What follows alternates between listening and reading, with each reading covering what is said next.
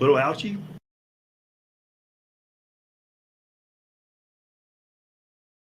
Little ouchie.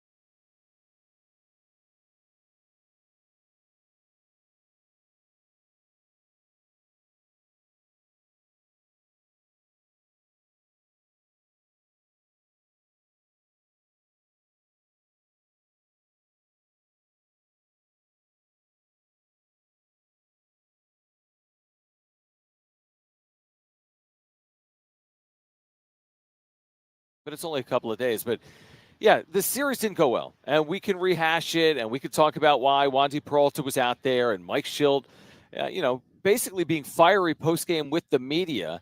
And will there be a carryover effect to what happened in Colorado where they split it? I wouldn't expect that to necessarily be the case heading into the 6-game homestand. It's not about a carryover effect. It's about playing good teams and seeing if you can find ways to win series against good teams moving forward.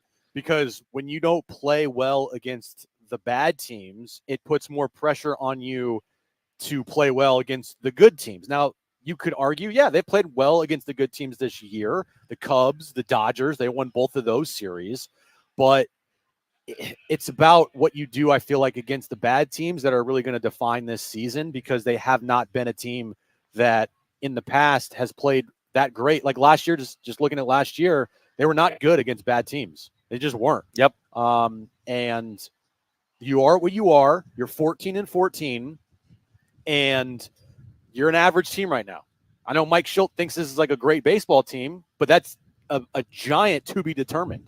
And it's going to be determined by how they play against good teams. And, if you can't beat the bad teams and you're going to just sit there and, just giant gust of wind, if you're going to sit there and you're going to lose to bad teams, it's going to make it that much harder.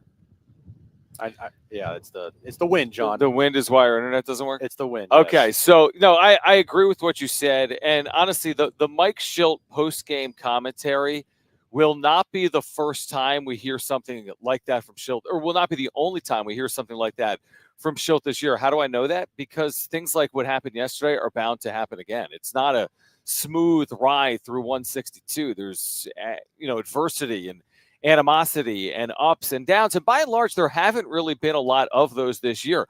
They win a game, they lose a game. I mean, they are 500. They haven't had a lengthy losing streak. They haven't had a lengthy winning streak. They've had a couple of really impressive wins where you kind of rally behind what they've been able to do, coming back from 8-0 down. And then they had yesterday where they blew a 5-run lead in the 8th inning. Did you see the status on social media? It was the first time the Padres had blown a 5-run or larger lead in the 8th inning or later since 1977. Really? I could be wrong. I saw it on social media. That doesn't mean it. It was 77 or 79, a 5-run lead or larger in the 8th inning or later. Wow. For the first time since the 70s. Is that even possible? It's very possible. That it would be that long between 5-run blown leads in the 8th inning or later. True. That's a long time. So, but the point is that what happened yesterday, yeah, sure, it's an aberration for the year, but the truth is over the course of 162, there's going to be other nights where you come up on the wrong side, and Mike Schilt's probably going to be saying similar things about his team afterward. Media. Right. And so this team going forward here, they can't let games slip away because their margin for error is so small. And that's why yesterday just felt like such a big loss, because they had a 5-run lead. They let it slip away. And, that's already the second loss this year that they had it felt like they had in the bag. The one in San Francisco and then yesterday. So those are 2 losses right now at the end of the season that you'll probably point back to and say, if they don't get the postseason, well, here's a couple games why. And you hope that is not the case. You hope this team overcomes those bad losses, but we know they're not this like juggernaut great team like maybe like an Atlanta or a Dodgers where they have those big margins for error. They're a team that needs to win on the margins and win these games that they have the lead in late and not have the blown games like this, like they did yesterday. See, I agree with that. This thing we talked about like 10 days ago as well, though. It's like, if you're going to put all the emphasis on they blew a 5-run lead, right, then you also have to recognize they overcame an 8-run deficit. Like the same odds of winning down 8 are the same reverse odds of losing up 5 in the 8th inning. So I'm not saying it all evens out in the laundry. It didn't last year. They lost way too many 1-run games. They lost way too many extra inning games. In that one season, it didn't even out. You hope in 2024 it's more to the positive. You win more in come from behind fashion than you lose, but we can't guarantee that. The thing with Manny Machado, though, returning to the field. Yep. What's he going to look like? I know. We haven't seen him in the field, obviously, since last year. We were very critical of his decision to stay in the field last September. I now know that if he would have shut it down in September, he would have been available to play in the field day one, because this is game number 29, so he missed 1 month. If he would have had the surgery a month earlier, he would have been eligible to play in the field, presumably, from day one. That's neither here nor there, but what is he going to look like? How often do we see him in the field becomes the next question for the Padres. I don't think it's going to be every single day. Who knows? Maybe Manny went to Schulte and was like, put me in the field. Maybe. I got a kid now. I got to be in the field. And it is interesting. Like, he missed the last 4 days and, for the birth of his child, and then he goes right back into the field. Maybe he ramped it up before he left and we just didn't know it. And he told everybody, like, look, when I come back, I'll be ready for the field. And they deemed he's ready. Now he's at third base. So it will be interesting to see how he looks there. But when Manny's out there, he's not going to make an excuse. So we're not going to make an excuse. And I expect to see the Manny Machado that makes all the plays at third base like he has in the past. Yeah, no, I agree. He has to be that player. I've said it all year, and I'm going to stick to it. We'll see if it holds true tonight or not against a really good pitcher in Aaron Nola. But I think the Padres are better with Manny Machado in the field because I think some of his value is in the field. Yeah, he's an elite offensive weapon.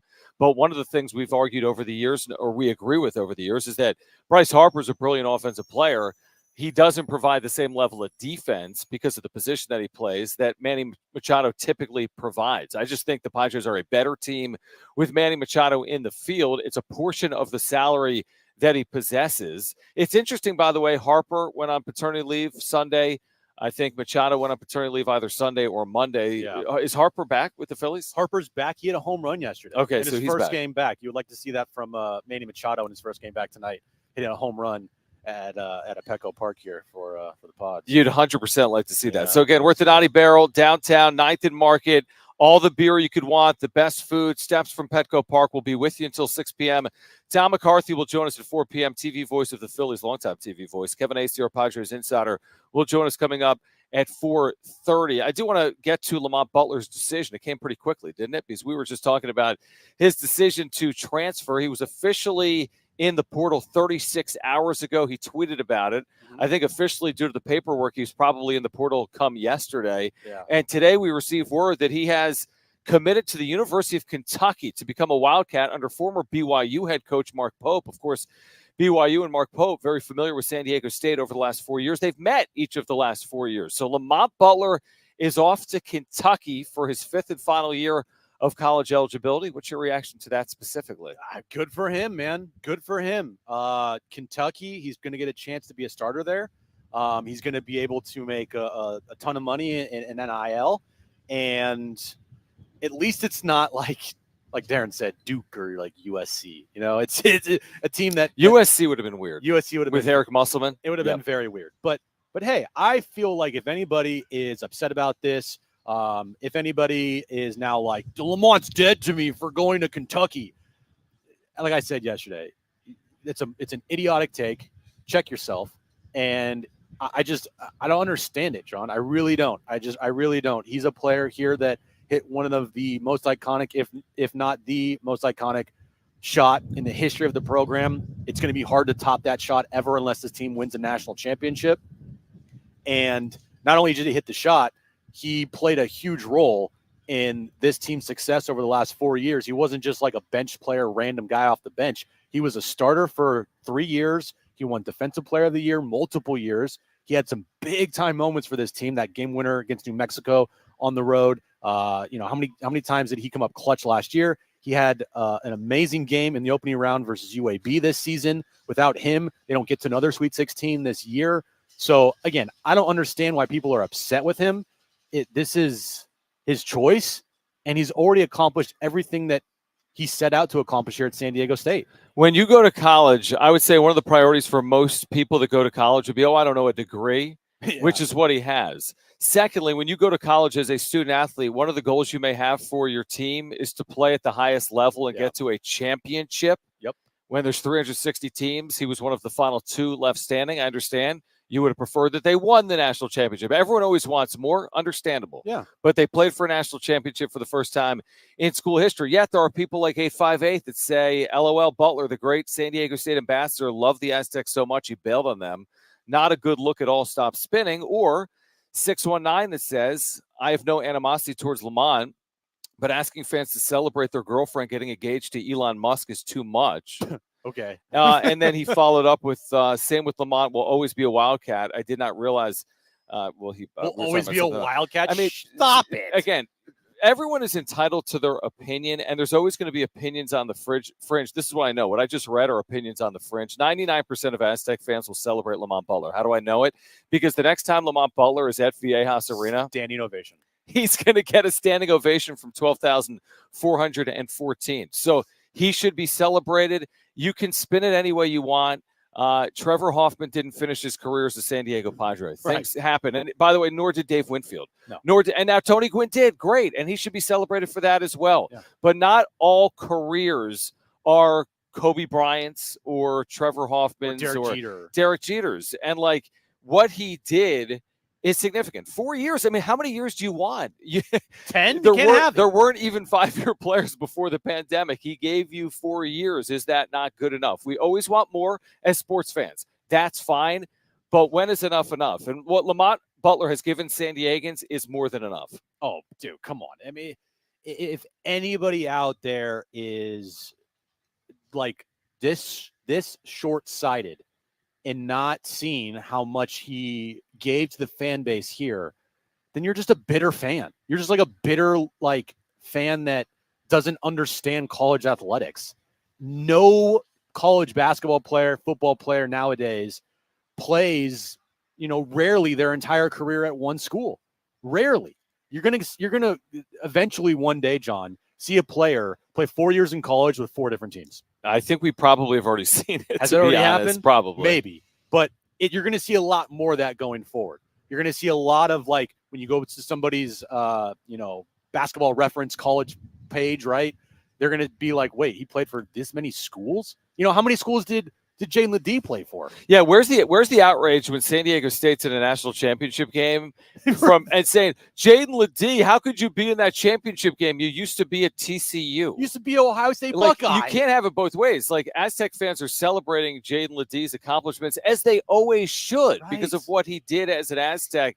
But then you're going to say that Lamont Butler's no longer an Aztec because he transferred to the University of Kentucky. You willfully took in, as we should, Jaden Ledee, Malachi Flynn, Micah Parrish, a zillion other players that have had impactful careers at San Diego State. Yes, we should vilify players on their way out. Just treat it for what it is. Yeah, it's a professionalization of college sports, and that's what it is. And we recognize it. You might not be comfortable with it. Things have changed, but this is where we are. And as we like to say, it is what it is. I think, down the road, this won't matter. Hopefully, just to the people that are like upset about this for some reason. In 10 years when they celebrate, the national championship, run that they went on last year to get to the national championship game.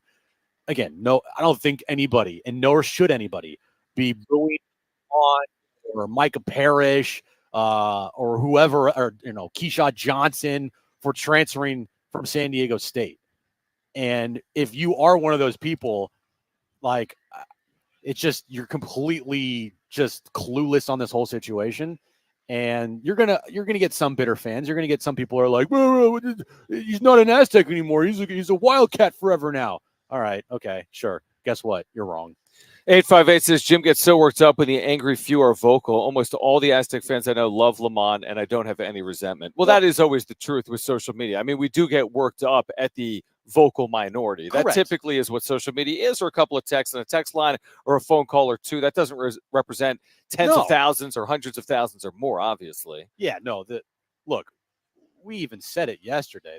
The career of Lamont Butler at San Diego State and the career of all of these players that we mentioned that were here, at least over the last 2 years and before that as well, should be celebrated, should be remembered.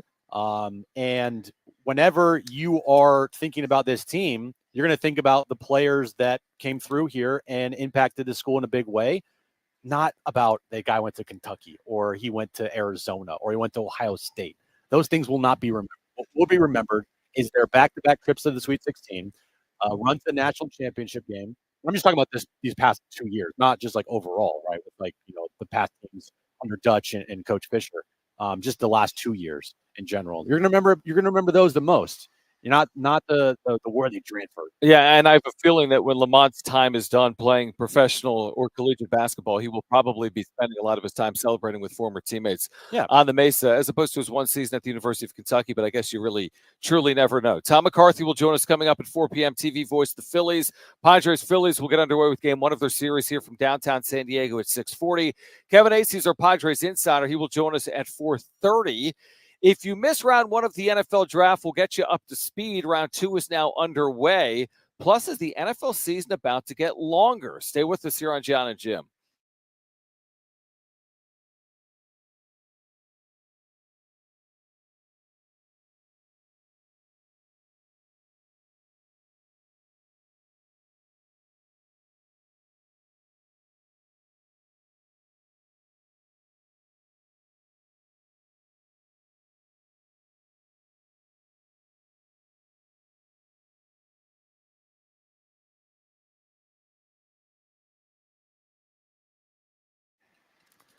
All right, hey guys, it is Schaefer. We're in downtown San Diego. I've been on the run all day long, and I've been able to curb my hunger with these Almond RX packs, and you should be doing the same. You can eliminate the vending machine from your day, and you can eat healthy because it's so easy when you're stressed out, on the go, running from point A to point B, to eat unhealthy.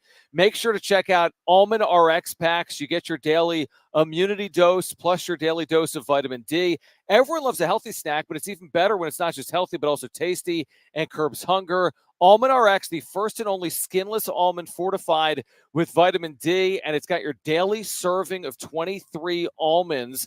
And it was founded by a San Diego sports medicine physician, a great one, in fact. Almond RX, packed with nutrients. I'm talking about nutrients that support your heart, cellular, and gut health. And you can find Almond RX at any Foodland in San Diego County, Harvest Ranch in North County and Encinitas, or at almondrx.com. That's ALMONDRX.com. In fact, if you go there right now, you're going to get free shipping on your order of $25 or more. That is almondrx.com. Free shipping right now on your order of $25 or more. Like we've been telling you, Almond RX curbs hunger and is perfect for the on-the-go lifestyle.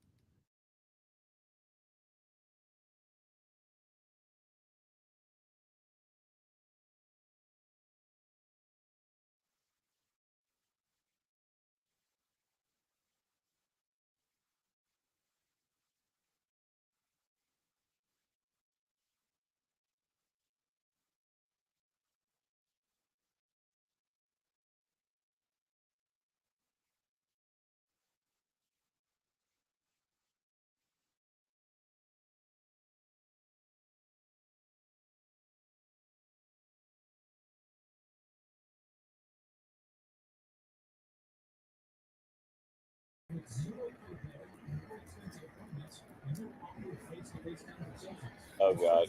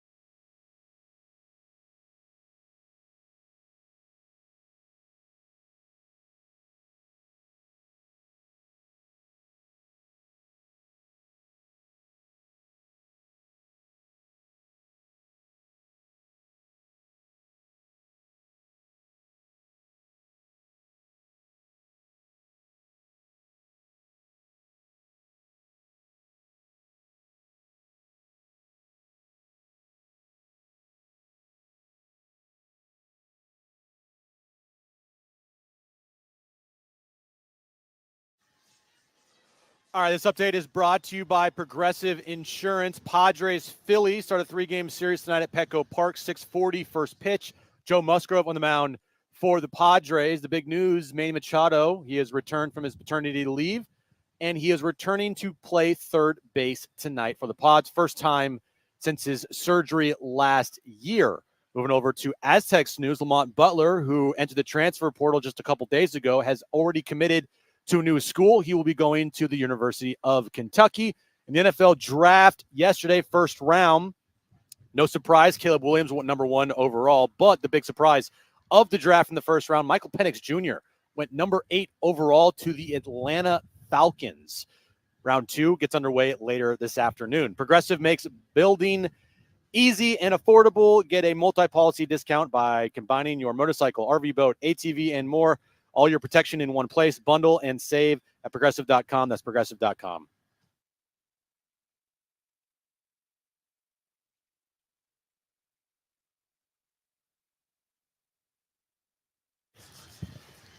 All right, Kevin Acee is our Padres insider. He will join us at 4:30. Tom McCarthy, TV voice of the Philadelphia Phillies, who are in town this weekend, will join us at 4 p.m. We're at Naughty Barrel, 9th and Market blocks, steps from Petco Park. Great food and drink. We're here until 6 p.m. We have giveaways. First pitch is at 6:40. So, Jim, you need to get down here.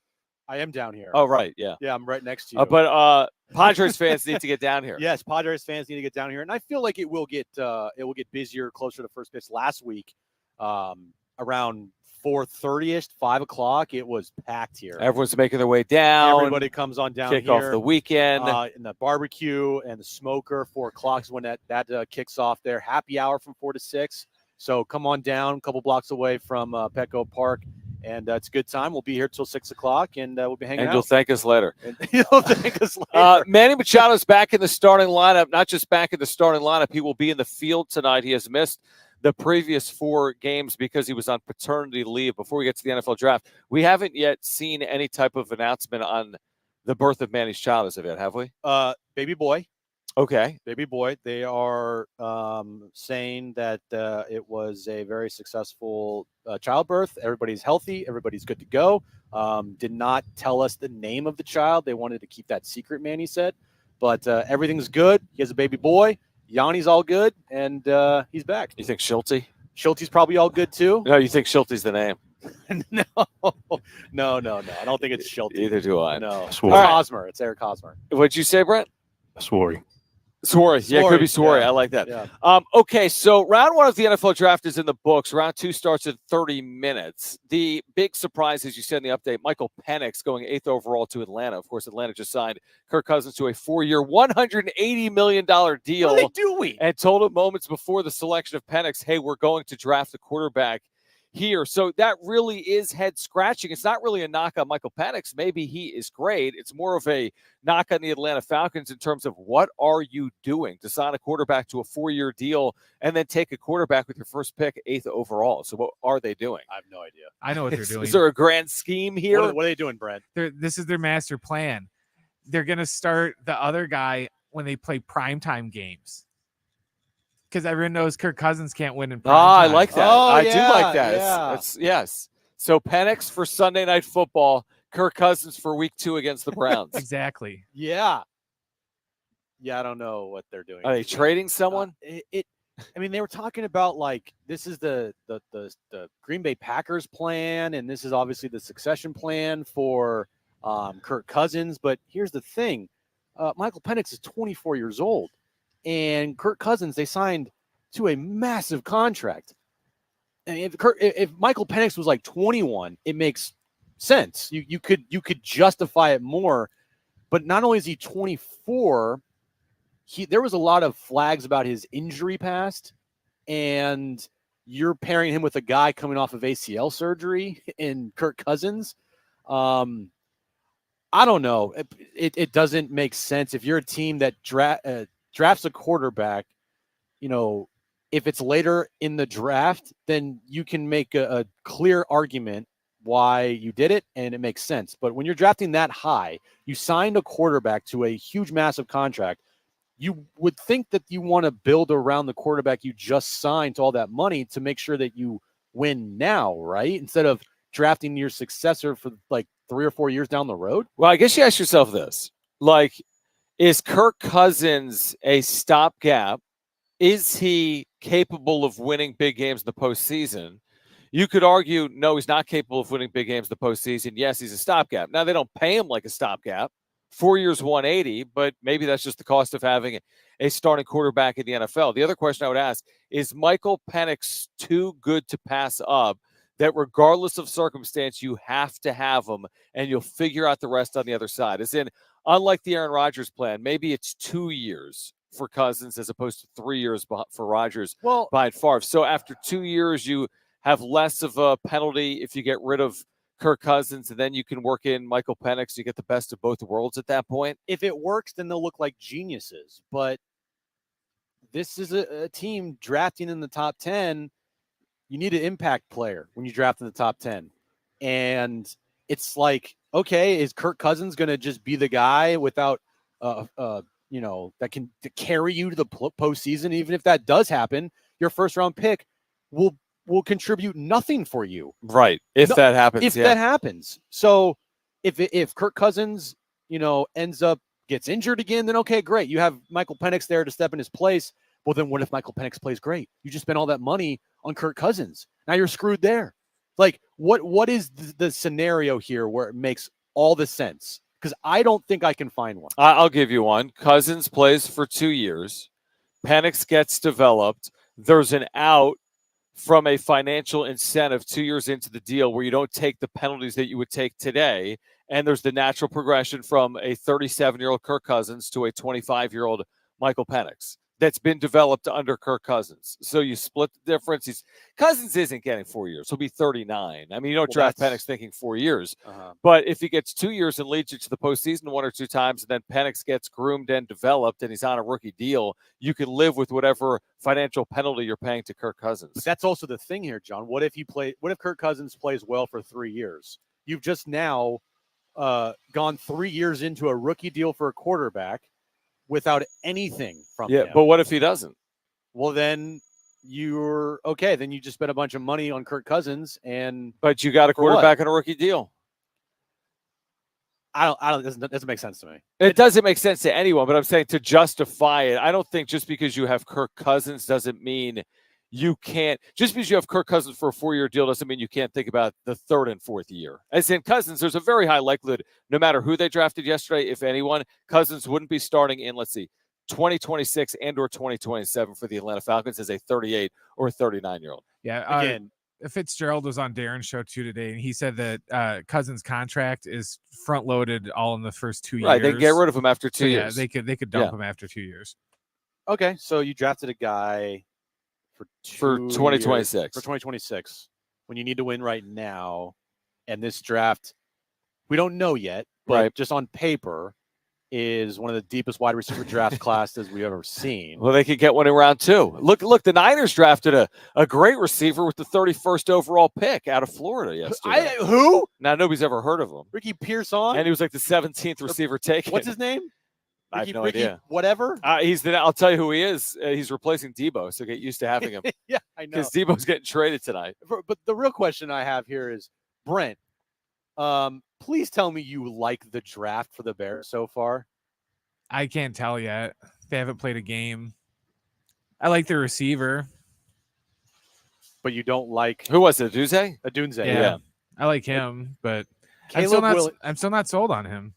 Caleb Williams, going into a rookie situation, if he fails, then it's 100% on him because he has given so much talent around him with DeAndre Swift, DJ Moore, Keenan Allen, Odunze, their tight end, Kmet. He has so much talent. I would argue that in recent history, John, has a rookie had as much talent as Caleb Williams has around him right now? Yeah, I don't know the answer to it, but I also do know that in Chicago, it's just different and harder, and offense is typically tough to come by. Here's the thing, though.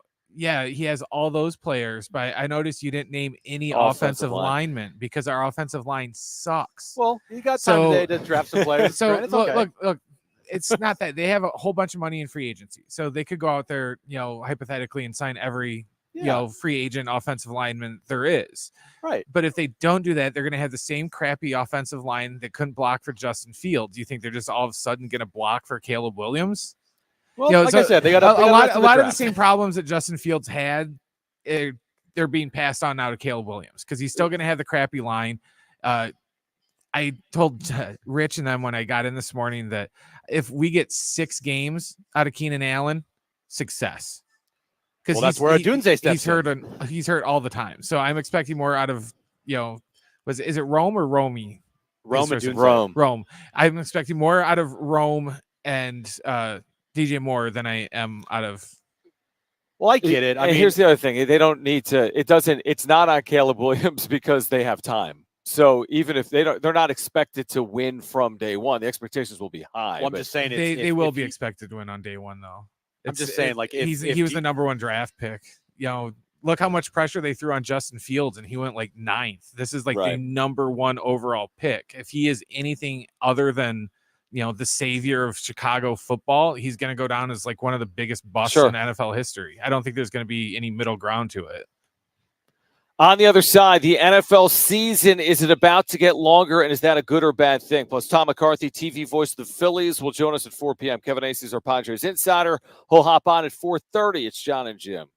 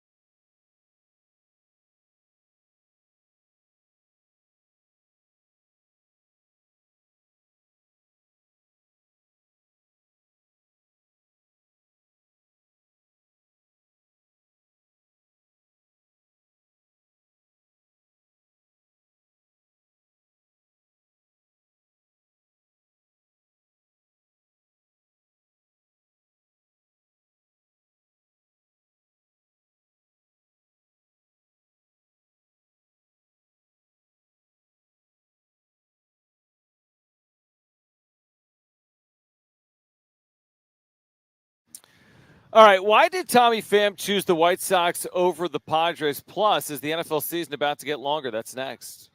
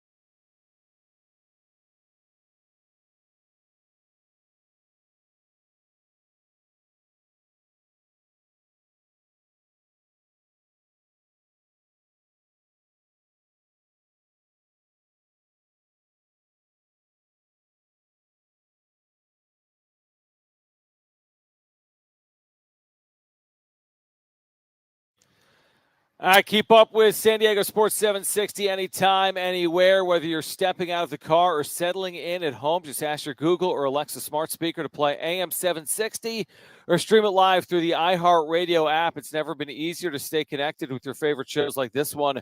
San Diego Sports 760 goes where you go. Tom McCarthy, TV voice of the Phillies, will join us at 4 p.m. Kevin Acee is our Padres insider. He'll hop on at 4:30. We'll get into the NFL potentially expanding its schedule in a moment. But Tommy Pham has told us why he elected to sign with the woeful Chicago White Sox. What was the reason he chose the White Sox this year over potentially the San Diego Padres? Better strip clubs in Chicago. I respect it because it's not like he got a $50 million contract. Okay. It was only a $3 million contract, and we know how taxes are here in California. And he flat out said that was the reason. It was money, straight up money. And taxes are more brutal in California, he mentioned. And that was why. I respect it, honestly. I really do. It's not if he was talking about I wanted to go to a place where I think we could win. Well, Chicago, the White Sox isn't a team that you would say that about. They're right. You think the Rockies suck. The White Sox, I think, have 3 wins on the year, John. Well, they do. They only have 22 losses. Is that bad? Only 22? I mean, they're 2-9 at home. They're 1-13 on the road. Do you think that Tommy Pham will elevate that team or not? No, I think it'll deflate. I mean, they're just deflated. They're 15 games out in April. Their season's over. You think? It's done. You don't think they turn around with a 22-3 run to get back to 500? No, it's over. It's done. Okay. But I mean, that's the reason why I respect it. Honestly, to get paid. To get paid. Yeah. No, exactly. I mean, that's what it's professional sports. Yeah, it's professional sports. And if he's not a kid anymore. If he had to offer around $3 million from the Padres, how much is that money going to be put towards the taxes that it would be taken out of that? Right. A tax play. A lot. Chicago, I don't know how their taxes work there, but I know that. Yeah. What's the state of Chicago like? I don't know. It's not a state. No, not the state. Sorry, I don't know how the taxes are in Chicago and in the state of. Yeah. Come on. I don't want to guess. Okay. What is it? What is you it? You don't want to guess? It's Illinois. Oh, there you go. It's the third largest city in the country. It's cold. Anyway, he's 36 years of age. This might be his last $3 million deal. Yeah. He might get maybe 1 year, $1 million deal, right? He's heading towards the end of his career at 36 as a journeyman here lately, as only quasi-effective. He had a nice run last year. He did. He had a nice year last year, but guess what he got as a result of that nice year? $3 million with the worst team in baseball, the 3-22 Chicago White Sox. So I'm with you. I mean, it's fine. I don't really think the Padres are missing Tommy Pham. It's not like this. We talked about it in the offseason. Yeah. But now that Jackson Merrill has stepped up and Jerks and Profar has been Jerks and Profar, I don't think they're really missing Tommy Pham. I don't think so either. But what we do see is if players get injured or they miss time on this team, the depth is paper thin. Right. That's true. So if they had a Tommy Pham, if they had a Garrett Cooper on their bench, if they bring up Donovan Solano, I mean, if this team had Tommy Pham, Donovan Solano, and Garrett Cooper, would you feel better about this team or not? Or would you feel the same? Marginally better. Right. I feel like they'd be upgrading their bench with guys like Garrett Cooper and Donovan Solano, who they have in their system right now, potentially. And you're not blocking guys like Jackson Merrill if you had Tommy Pham on this team. Jackson Merrill's still your starting center fielder. I feel like all those additions, Jim, are arguably worth a win or two. Well, maybe that's the difference between them making the postseason maybe, or not. or maybe not. Or maybe the difference is Jackson Merrill as a rookie outperforms expectations, Maybe. I don't know. But because Tommy Pham wouldn't do what Merrill's done or what Profar's done. Yeah. You know what I mean? Like, he wasn't in this 28-game stretch outperforming those two. No. Maybe he will right in the next that. 120, whatever. Maybe. But is he better than Grant Pauly on your bench? Is he better than a Matthew Batten on your bench? Is he better than a Jose Zokar on your bench? Maybe not. Yeah. I don't know. Yeah, but probably. But that's what we're talking about is the depth of this team is potentially going to be an issue down the line if players get hurt. We just already know right now that when a starter is out of the lineup, the lineup looks completely different. Mm-hmm. I.e. Manny Machado the last 4 games. He's a big part of this team, John. Big part of this team. You could say that. When Jackson Merrill's out of this lineup, the way he's performed this year so far, it's a big loss. And, he's one of the best hitters on the road this season, arguably the best hitter on the road this season. Right. You could argue it's probably because of his BABIP, but still, when Jackson's not in the lineup, it's a drop-off. True. No, I agree with you. I mean, the truth is the Padres aren't in a financial position probably to give someone $4 million to not be a regular. Because even like a Profar got $1 million to not be a regular. Now he's been a regular. Yeah. But they were willing to give him $1 million to be a guy that you can plug into, fill some needs. I just don't know if the Padres, if it's realistic to say, hey, go out and spend $3 or $4 million for potential holes or to fill your bench. I just don't think they're in that situation. And that $3 or $4 million could be used to acquire a player at the deadline. Yeah, definitely. So in that aspect, I'm okay with it. If they acquire a player at the deadline that will help this team, more likely than not, it's going to be a bat. But if they don't acquire a player at the deadline, if they don't acquire a bat later this season, then I'll be questioning why didn't they make any moves. Yeah, no, that's fair. That is fair. Padres, Phillies, game 1 of this 3-game series coming up at 6:40. Tom McCarthy, longtime veteran play-by-play voice of the Phillies, along with CBS Television, NFL Football, Westwood One, is in town for this series. Tom McCarthy will join us on the other side. The Phillies are hot coming into the series. I think they're 8-2 in their last 10 games. They have Aaron Nola on the mound tonight against Joe Musgrove. Kevin Acee at 4:30. Tom McCarthy up next. Hour 2, Jon and Jim. Stay with us.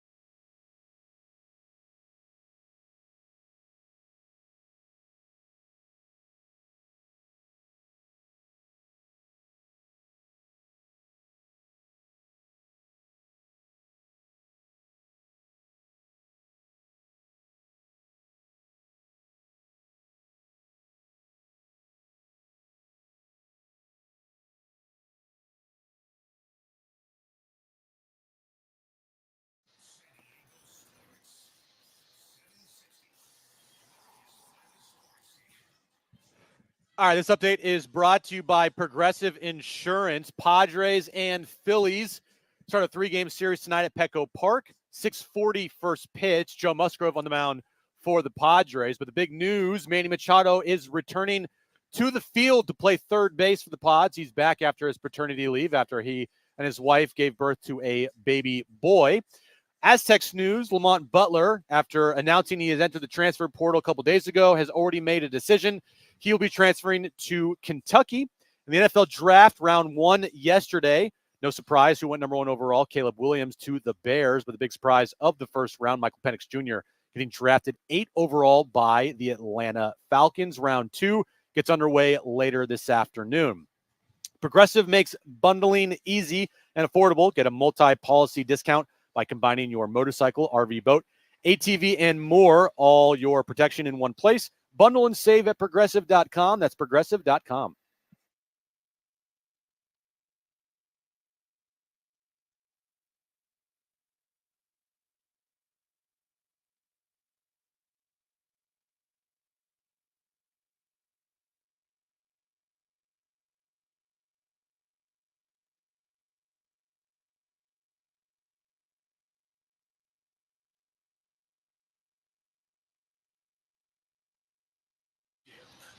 All right, San Diego, Southern California, what's going on? Hour 2, Jon and Jim. Kevin Acey is our Padres insider. He'll swing by in 30 minutes. But right now, great to catch up with the longtime television voice of the Philadelphia Phillies who are in town. Tom McCarthy back with us. Jon and Jim, San Diego Sports 760. Really good pitching matchup tonight. Aaron Nola opposite Joe Musgrove. Tom, we appreciate it. First of all, I just said longtime TV voice. What season is this for you right now with the Phillies on television? And thanks for hopping on. Well, yeah, so I came back from the Mets in 2008. So I left for 2 years. That's after right. Doing the radio for 5.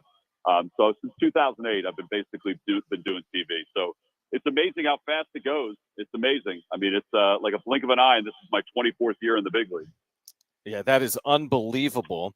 Well, listen, the Phillies have obviously gotten off to a good start. They've won 8 of 10. They have Aaron Nola here pitching tonight. But in recent, week or so, what have been the keys here? That 7-game winning streak. I know a split of a 4-game series, I think, against the Reds. But what have been the keys over the last 10 games or so?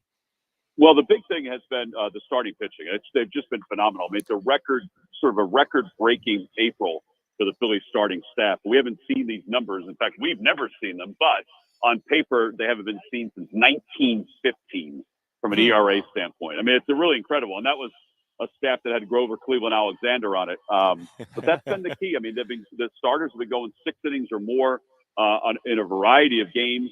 And they've gotten enough hitting. The fact that Alex Pham has been red hot, the fact that Trey Turner has been red hot, the fact that Bryce Harper has a hitting streak going. Those are all the keys to success for this team. But it really, more than anything else, the foundation is the starting pitching. And this year, last year, the Braves have been, well, not last year, but just recent memory, the Braves have been, the team in the AL East. Phillies beating them in the postseason last year. Is this, kind of feel like the time where, they're going to compete with the Braves here for a division title? Like, this is the year because of, how close they are and how well they have played so far this season? Well, I think that they will be competitive throughout the year. But listen, even though the Braves have lost people like Spencer Strider, they're still hitting the heck out of the ball. So they're basically out hitting their own pitching staff, giving them a chance to have some cushion when it comes to the runs standpoint. So, yeah, I do think that they're primed to win the division, or they can win the division. But as we've seen, it really hasn't mattered. And that's partly because if you match up the Phillies' top 3 starters with the Braves' top 3 starters in a best-of-5 series, the Phillies probably have the advantage because of no Strider right now. So that's, they want to win the division, of course, but I think that they're okay if they just get in and then beat them in the postseason again. Right, which is kind of the new way of baseball. Yeah. I mean, you go back to a couple of years ago, the Padres, beat the Dodgers in a best-of-5 series. Last year, Arizona beat the Dodgers in a best-of-5 series. It's about getting in and then maybe having the rotation that can win you a shorter series. Tom McCarthy is the TV voice of the Phillies, is with us right now on Jon and Jim. Padres Phillies coming up tonight at 6:40. What type of start to the year has it been for Bryce Harper? I know it's been interrupted with the birth of a child, a lot like Manny Machado, who's returning today from paternity list. But what type of start has it been this year for Bryce? It's been pretty good. I mean, considering we didn't have him the first part of the year last year, it's nice to have him. Defensively, guys, he's unbelievable at first base. Like his metrics are off the charts. The eye test is off the charts. Offensively, I would think that he's a little frustrated with his inconsistent start, but he hit his 5th home run yesterday, and he's getting toward the top 10 in RBIs. So I think they'll take this because he hasn't gotten specifically hot yet. But it's been good. I mean, the transition to first base, which started last year, has been really easy for him. You mentioned Trey Turner has been off to a hot start. He's been great so far this season. Last year was a big-time struggle for him until he got that hot stretch there later in the season there. But for him, it's kind of like last year, the offseason with Trey Turner signing and Xander Bogaerts. Xander Bogaerts here has struggled, but Trey Turner has really turned it around. What's been the key for him to turn around the start of this season? Well, I think he's more comfortable with the new team in his second year. And I think that what he did last year at the end of the season really did help him. It kind of calmed him down and sort of gave him a chance to be confident. His defense has been spectacular to start this year, which I think has made him feel a little bit better, a little bit more comfortable with the way he's playing. He talks about having sort of a flatter swing, like making better contact. I mean, from a baseball standpoint, he definitely looks like the old Trey Turner, and I think it's been huge for the Phillies to have that. Tom, do you have a feel for the pressure that players that sign large contracts are under and how that does impact them? Like Jim just said, Xander Bogaerts' $280 million deal. To struggle through that, it's almost magnified because, again, everyone knows he's a high-priced player. Trey Turner, Manny Machado, Bryce Harper. Like, how, again, a lot of people would trade positions with him. A lot of people would love to earn $30 million in a year, let alone a lifetime. But when you get a deal like that, what changes for a player based on the perspective you've had as a broadcaster? Well, I think that sometimes they want to – I mean, Whit Merrifield's kind of going through that right now. Now, he's not of the same ilk as Turner or Harper, but he's kind of going through that now where, as he explained it, you're like the new kid in school, and you want to impress the best-looking woman in school. And you go out of your way, and you try hard, and you do all these different things, and it takes time. And I think it's interesting because he's such a seasoned guy that he even feels it. I just think these guys want to impress, particularly in a market like Philadelphia, because let's face it. I mean, John, you know this. They'll let you know if you don't perform. And I think that they, in their mind, they're like, all right, we got to get out of the gates fast because we want to get the fans on our side. And I think there is some pressure to that. I mean, Trey Turner was signed for 11 years like Bogaerts was. So you're thinking, man, I got to get off to a good start. This city likes me for a long time. Yeah, no, it's what Xander Bogaerts is going through right now with his struggles early on this season. What's your take on the Padres so far this year? 14-14. They've had some good moments. Xander Bogaerts, obviously, we've talked about struggling. Manny Machado returning tonight. Jackson Merrill has been a standout rookie for them. But, coming off of a disappointing season last year, and that's an understatement for this Padres team. This year, what's your take on this team? Well, I watched yesterday's game, or at least watched the replay of yesterday's game, and that's a frustrating loss because you're at 500 right now, and you could have been obviously over the 500 mark at this point. I still think that they're probably finding themselves a little bit. I think this is a big start tonight for Musgrove because just looking at his numbers, he's not throwing his fastball as much as he usually does, and it's at 91 miles an hour. So I think they're just trying to find the consistency. Now, the Merrill kid is really good. I mean, he's not in the lineup again tonight because he's still a little nicked up. But he's really good. And if you can have that success from a rookie like that, combined with, Bogaerts, if he can figure it out, and Manny Machado, which he's going to figure it all out, then you should be in pretty good shape. Listen, this is a really tough division. I mean, it's a tougher division than most of the other ones in baseball. So they cannot afford to fall behind too far because the wild card will be tough because of the teams in the East. And obviously, you cannot let the Dodgers run away with this division. Unfortunately, they haven't. Yeah, exactly. To this point, but it always seems like every year they're capable of that 22-3. Right? It's unbelievable. We'll see if that comes in 2024 or not. Tom, one more from me before you go. Can you put in perspective for our listeners in San Diego the type of relationship that Philadelphia has with Bryce Harper. He seems from here to be just absurdly likable and fitting perfectly like in that box. I think Manny Machado has become extremely well liked in his 6-year tenure in San Diego, although there have been highs and lows like there are with all players in all cities. But what type of fit is Harper with Philadelphia fans? Well, he embraced them from the get-go. I think part of it is that he embraced the fanatic almost immediately. And it sounds strange, but they have this sort of this boyish relationship, this boyish best friend relationship. He wears his spikes, he wears his belt, he has his face on a headband. But I think the other thing too is that he kind of gets the city. He comes from a blue collar family where his dad was a steel worker, so he understands what hard work is like. And the city of Philadelphia loves people like that. He's accountable. I think that's really important when you are in a city like Philadelphia, that you don't shy away from the attention. He's accountable if there's a mistake. And he plays to the crowd in a really good way. And I like that about him. And I think that in his mind, he's going to be here for the rest of his career.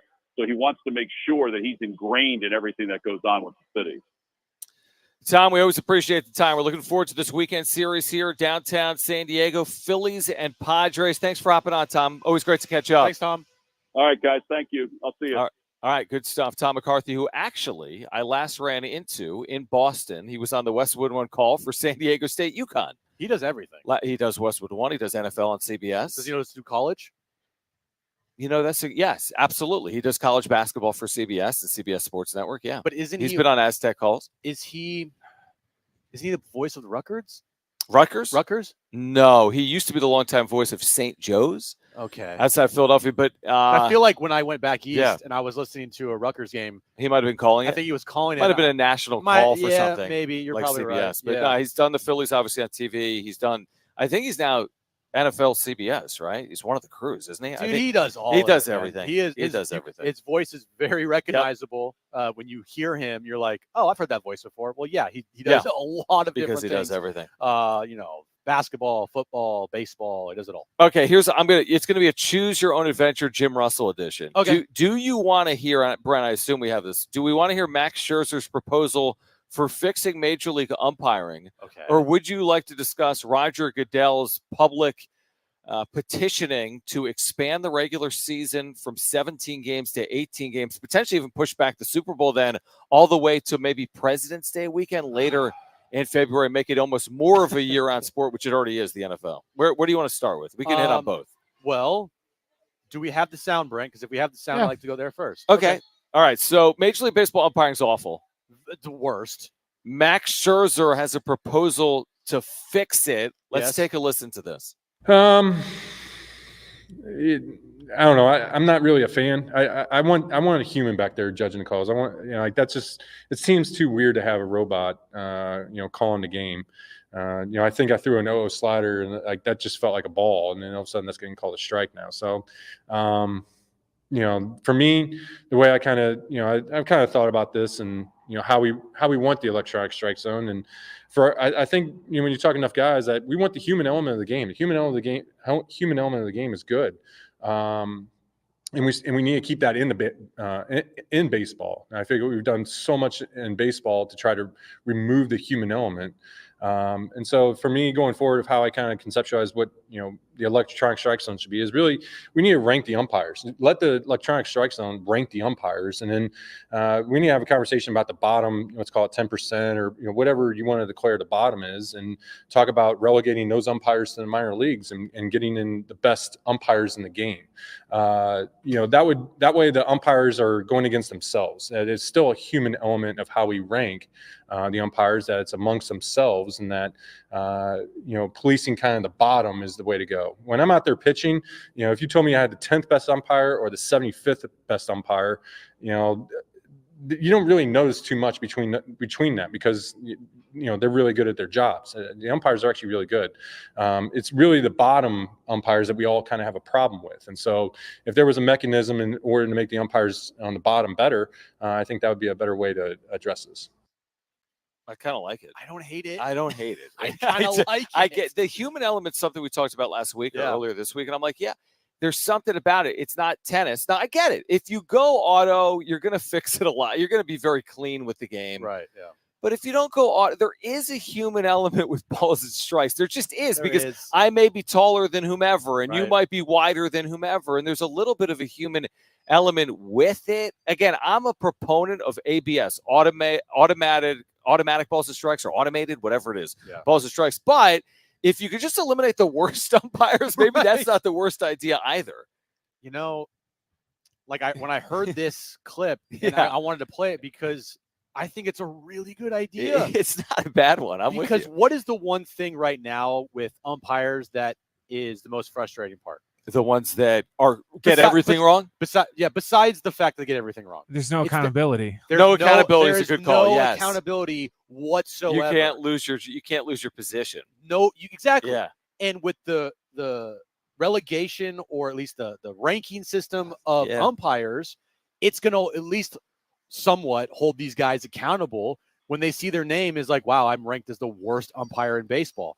And it would be another thing to for baseball to do is, based on the system, like the top whatever, like 20 or 30 umpires in the league are the ones that get to be in the postseason. If you're not a top 20 or 30 umpire in the league, then you're not going to be able to call postseason games and make extra money for doing it.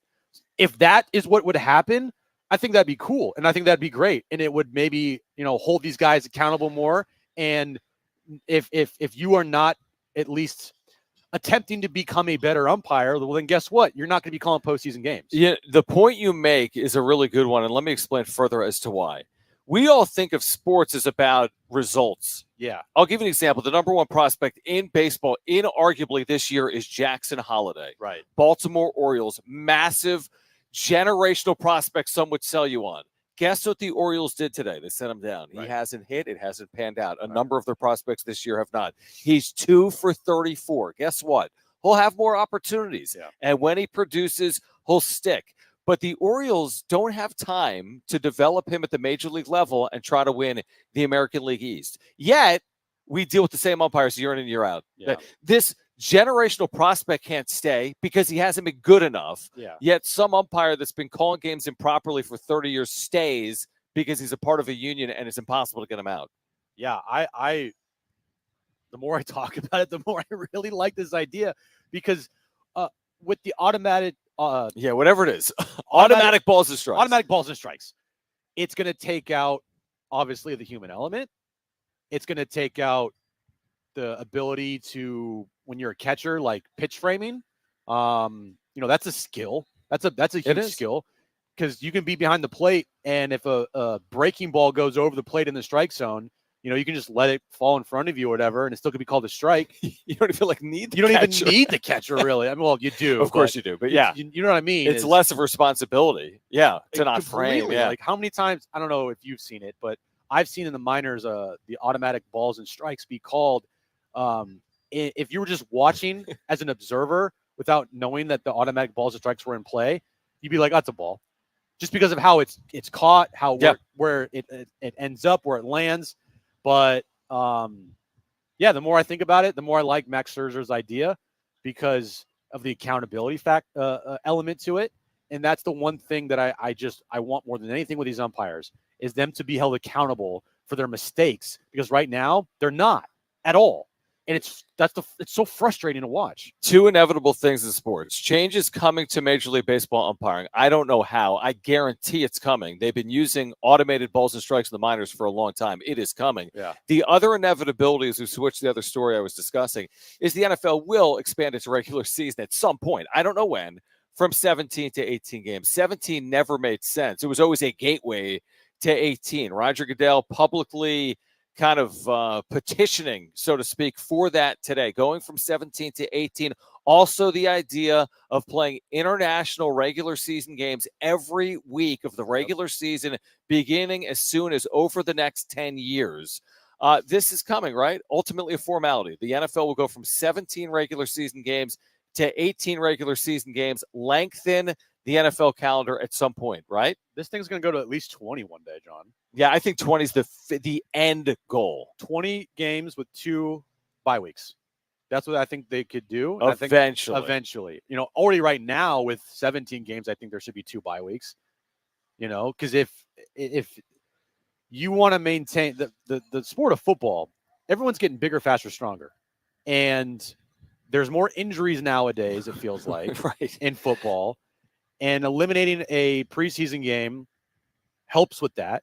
But also, I think if you talk to players, just the amount of stress that they put on their bodies every single Sunday, to give them an extra bye week, I think would improve the NFL, and it would make the game better. Because what you don't want to see is guys getting injured. You want to see the best players out there.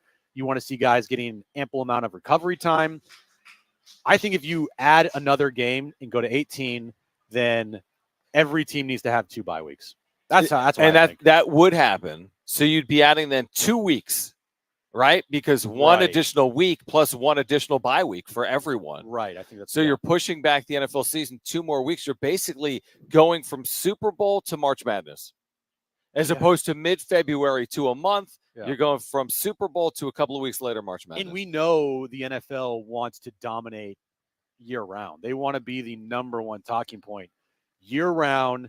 And by doing that, they would get closer to accomplishing it. Even now, you have NBA playoffs, NHL playoffs. What are people talking about on Sports Talk Radio nationally? They're talking about the NFL draft. Right. National Sports Center and NFL Live and everything, right? National shows on radio. It's NFL. It's all NFL. And it's April. Exactly. The NBA playoffs, baseball. Yeah, it's a NHL, lot going on. It's a lot going on. And what's the number one talking point on national Michael shows? Penix. Michael Penix. To Atlanta. Exactly. And he may not even put on a Falcons uniform on field for like 2 years. Right. And the number one talking point is Michael Penix. Exactly. To Atlanta. Kevin Acey's our Padres insider. He's at Petco Park. His reaction to Manny Machado being in the field tonight. What's the plan for Manny moving forward in the field?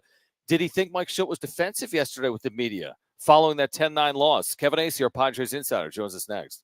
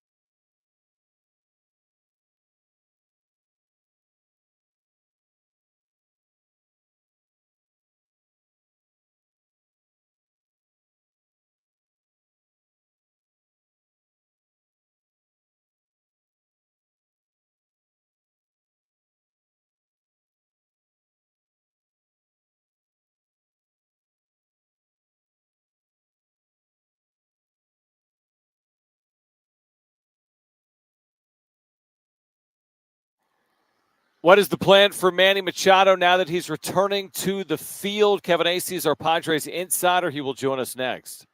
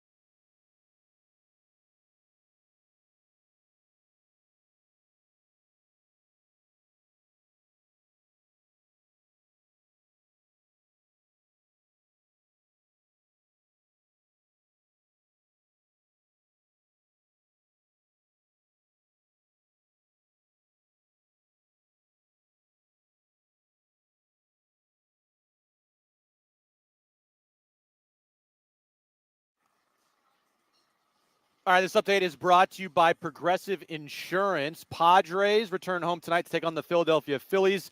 6:40 first pitch. Joe Musgrove on the mound for the Padres. Big news of the day, Manny is back off his paternity leave after him and his wife gave birth to a beautiful baby boy. He's also making his return to the field today, playing third base for the first time this season. Jackson Merrill still out of the lineup with a little ouchie. Aztecs news, Lamont Butler. He has made his decision after announcing a couple days ago that he has entered the transfer portal. He will be transferring to the University of Kentucky. And the NFL draft round 2 is underway in Detroit. Round 1 yesterday. No surprises at the top of the draft. Caleb Williams drafted number 1 overall. But the big surprise of the first round, Michael Penix Jr. going 8 overall to the Atlanta Falcons. Progressive makes bundling easy and affordable. Get a multi-policy discount by combining your motorcycle, RV, boat, ATV, and more. All your protection in one place.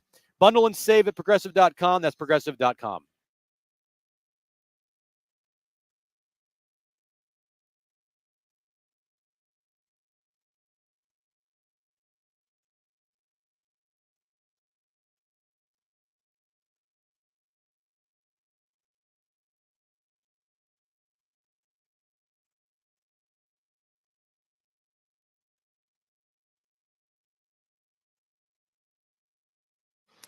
All right, great as always to catch up with our Padres insider, Kevin Acee. We're a couple hours out. Padres, Phillies back home. Game 1 of a 3-game series. Joe Musgrove on the mound tonight for San Diego. Kevin, we always appreciate it. You have been speaking to the idea that Manny Machado would return to the field this month, and that's exactly the case. Off paternity leave, back into the field for the first time this season. Moving forward, what do you think the plan will be here in terms of how often we'll see Manny Machado in the field? And thanks for hopping on.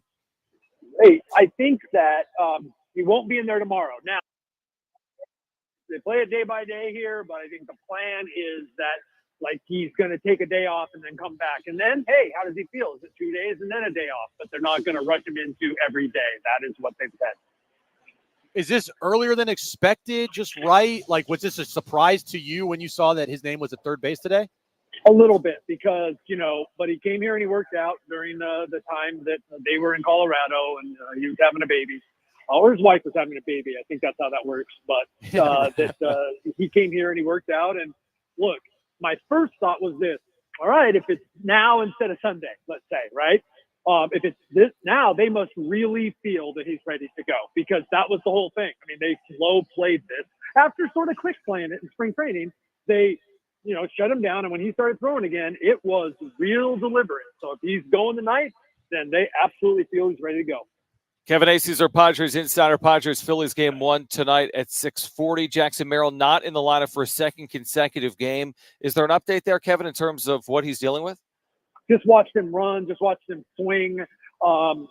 It really does seem precautionary. I know that we all have our antennas up whenever there's something like this, as well we should, but it really does look like they're being careful.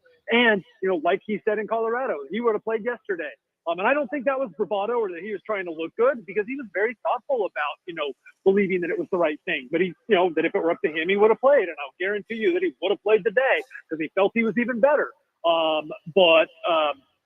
They just want to be careful. It's like, what did he say yesterday? Like, don't want to ruin the season of a 21-year-old before it even starts. And I had seen him getting treatment or, wearing a sleeve, the groin area that's affected. I think it was something that felt a little weird to him. And I do think we all have to remember that it was 3 years ago the guy was playing in Maryland. That high school season ain't long. And he wasn't a big showcase kid traveling around the country either. So, like, we're talking about, last year playing in the minor leagues, the year before that barely playing in the minor leagues, and the year before that playing high school ball. So, like, this is new to him. Yesterday was probably one of the worst losses of the year to date. We talked about all last week and leading up to the series, like, you have to beat the bad teams, and you split in Colorado. And then you get after the game with Mike Schilt. What did you make of Mike Schilt being so, I'm not going to say defensive, but, kind of just like, look, this team is a good team and we move on regardless of the result. But at the end of the day, like, the result's everything this year. And when you split with bad teams and you lose games like that, hopefully it doesn't, kind of bite you in the ass later in the season. Couldn't agree with you more. Wrote about it this week. Trying to keep it in perspective. There's 76% of the season to go, I believe. And all that. Could not agree with you more. And it's something that this team has paid for dearly in the past. They paid for it last year. We might have even overlooked it, right? 1-5 against the Pirates, 3-3 against the Cardinals, 3-3 against the Nationals. Just not good enough. And if you look at winning teams' records overall, they're padded by beating bad teams. So could not agree with you more. Now, Mike, I don't think you're wrong to say a little defensive. The guy's kind of defensive, or at least that's how it comes off. I also think, and look, if I could set the scene, we walk into that office and it's clear. I mean, he's practically, I don't mean this like in a bad way. I just want to kind of explain it to you. Like, I'm not saying he was, but it looked like he was about to cry. Like, he was pissed. And so I knew, not my first time in the manager's office after a 5-run lead loss in the 8th inning, that, there's a good chance he was going to pounce, right? And right from the start, he was, I don't know what you want me to tell you. I don't know what you want me to tell you. And then he had a couple questions that he didn't, that he chose, whether he didn't like them or he chose to use them as his chance to defend his team. And I have to tell you, I saw the game exactly how he did. They scored 9 freaking runs. They hit 2 2-run homers. Their 9th run was scored when a guy hit a single full second base and came home on a single. They had a run score and a sacrifice fly. They moved runners over. They played error-free baseball. Johnny Brito and Daniel De Los Santos could not have been better. Wandy Peralta and Randy Vasquez lost that game for them. And so, like, it was a good game. It was a pleasure to watch. And both can be true. They should have won 3 out of 4, heck, 4 out of 4. And you know what? They played well yesterday and lost because their reliever gave it up and their starter went 2 2/3 or whatever it was. And so I didn't disagree with him at all. And we can make whatever we want about the Schiltyisms and his nicknames and, his little ouchies or whatever the case may be. That's all fun and good. But I think on the field, Kevin, correct me if I'm wrong and if there's a situation that you can think of off the top of your head right now, but through 28 games this year, I can't think of a situation where, as a manager, we could go back and really question his moves. I think that Mike Shildt has made most of the right moves this year. When you put your best guys out there and they don't perform and they don't get it done, I mean, how can you really criticize that, right?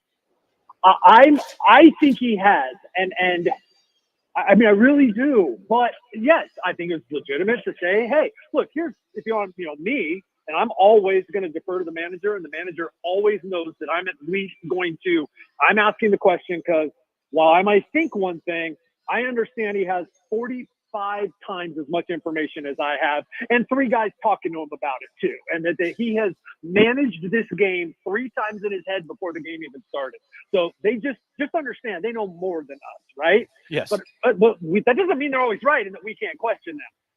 I would have taken out Wandy Peralta after the walk, and I would have done so knowing that Stephen Kolek was going to come in and give up the runs anyway. But you know what I'm saying? Exactly. You know what I mean? Like, Yep. I don't think it was wrong to keep Wandy in, and not bring Suarez in, and whatever else anybody emailed me about today. I don't think what Mike Shildt did was wrong. Might I have done it a little different? Maybe, but I don't put it on Mike Shildt because, look, Stephen Kolek came in and gave up a hit. I felt like it was bad, and I didn't have anybody sitting next to me to say it to, but I honestly had this thought when Wandy Peralta came in. This could get rough. This could get a little – I didn't know he was going to give it all up, but I thought it could get rough. He didn't look good the other night, whether it's the altitude or whatever, and to his credit, he didn't even, talk about the altitude. And those pitches were fast. Those were not like – there was no way to go back and go, oh, wow. Those pitches were fast that got hit by yesterday. So, look, like I said, Randy Vasquez lost him this game, right? You don't want to just say it was one guy, but the guy went 2 2/3, and he got picked up, man. Johnny Brito, yeah, and Emil De Los Santos, like, that was incredible. So, like, Wandy Peralta, Randy Vasquez, I put Mike Shildt way down on the list of culprits yesterday. As a matter of fact, he was my MVP because not only were they really good quotes, but they fit well in the game story I already had written. They were great quotes. He's been a very good quote to start this year. Kevin Acey's ouchie? How is ouchie not the thing that was the takeaway from yesterday? It's one of them. I mean, one of them. If not for the 5-run blown lead, it's probably the lead. Kevin Acey's our Padres insider who's with us right now on Jon and Jim. I think I know how it plays in the clubhouse when a manager is so impassioned in a defense of a team, which is how I would describe Mike Shildt with the media. And I go back to something Eric Hosmer said on his podcast this week with Jerkson Profar and Fernando Tatis Jr. I don't know if you heard the interaction, but there was this idea that Haas and Tatis were all good in the dugout when he swung 3-0 in Texas, but they took offense to what the manager said, which was Jace Tingler at the time, saying it's a teachable moment for Tatis. That's still something that's referenced 4 seasons later. So when Mike Shildt is such in the defense of his team, this plays right up to his clubhouse and team, right? Mike knows what he's doing for sure. And I'm not saying it was, I'm not saying dismissing it or whatever, but yes, it can be both. It can be for the benefit of the clubhouse, and it can be every bit what Mike Shildt believes, for sure. And I absolutely think that you're right. Mike knows what he's doing. He really does. I think he's a good game manager, and there's a lot of people in this game that think he's a good game manager. And I think that he's genuine, and that players, no matter what, like whether they're cynical, whether they're self-centered, whatever, Mike Shildt's brand of genuineness, I think it plays. Kevin, big start tonight for Joe Musgrove. I mean, we talked about it last week. There's situations this year with Joe where you're kind of like, okay, I'm going to jot that down, maybe go back to that later. But, I mean, would you agree, like tonight, big series, big start for Joe, and, you're going up against a hot Philly team, and we just had Tom McCarthy on, and he was talking about how great their pitching has been this year. So coming off of a disappointing 2-2 split versus the Rockies, big series and big start for Joe tonight, right? I think so. I'm not going to put on, I'm not saying that you are in any way. I'm not going to put on him like if he gets rocked or something that's too significant, but I absolutely believe this is big because it's why you got 20 mil, right? It's why for Dylan Cease is going tomorrow. What a great matchup that is. Dylan Cease, Ranger Suarez. But like there's a reason these guys are here, and they're here to give you quality starts virtually every time out. They're here to help you, continue win streaks, and they're here to help you bounce back from what happened yesterday in Colorado. Kevin AC, our Padres insider. Kevin, always appreciate your time. Have a great weekend down at the ballpark, and let's do it again next week. All right. Take care, guys.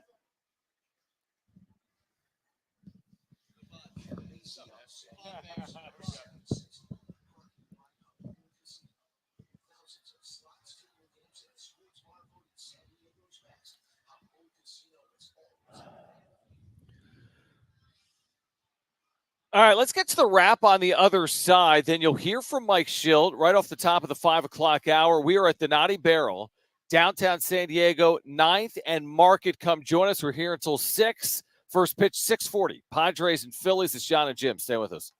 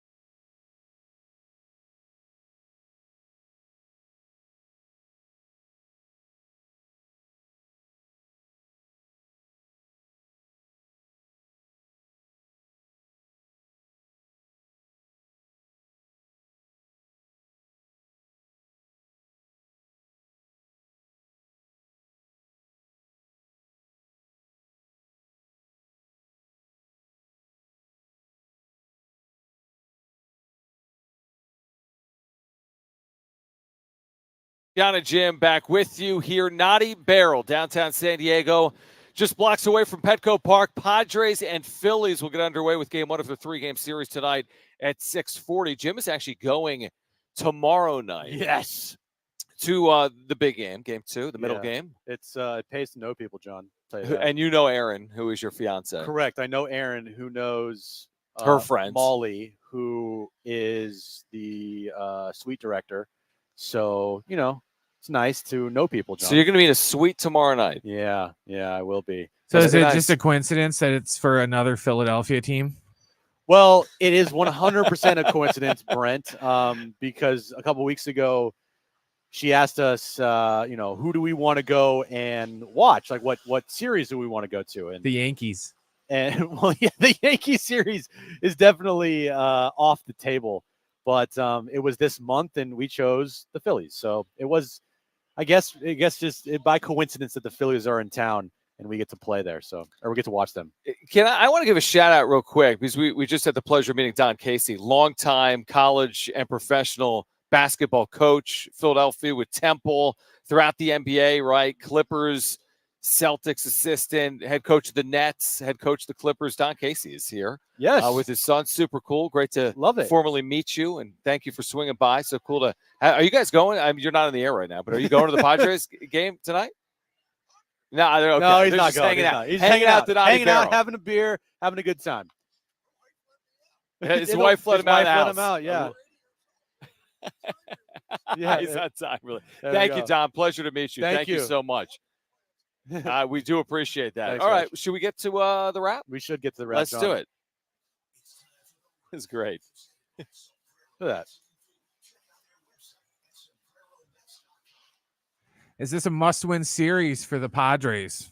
It's not a must-win series, but, coming off of the disappointment of the Colorado Rockies series there, it would be nice to come home and play some good baseball. Yep. Because you had an opportunity to be a couple games over 500, end the month strong. You're 14-14. Guess what they were this time last year, John? What were they? 14-14. They're 14-14. I think they were 14-14. I think you're right, but they eventually got to 17-14 or 19-16 when the Dodgers were here with Kershaw. Yeah. Before the wheels began to kind of fall. Yes, that is correct. That's how it went. They actually played okay here. Yeah. They got a few games over 500. Then it kind of started to unravel. Of course, it's not a must-win series. It's not a must-win series, but you got to play some good baseball. And I know Mike Schilt thinks this is the greatest team ever, but right now they're a 500 team. Yeah, the stuff after the game, it only means something if they go out and play a good series versus the Phillies. I agree with that. If they don't play a good series versus the Phillies, then everything that Mike Schilt said yesterday, unfortunately, is a bunch of eyewash. What I would like to see is the Dodgers-Brewers road trip was 4-2, right? Yeah. Couple series wins. I'd like to see them come home against the Phillies and Brewers. Phillies and Reds. I'm not asking for the world. Go 4-2. Yeah.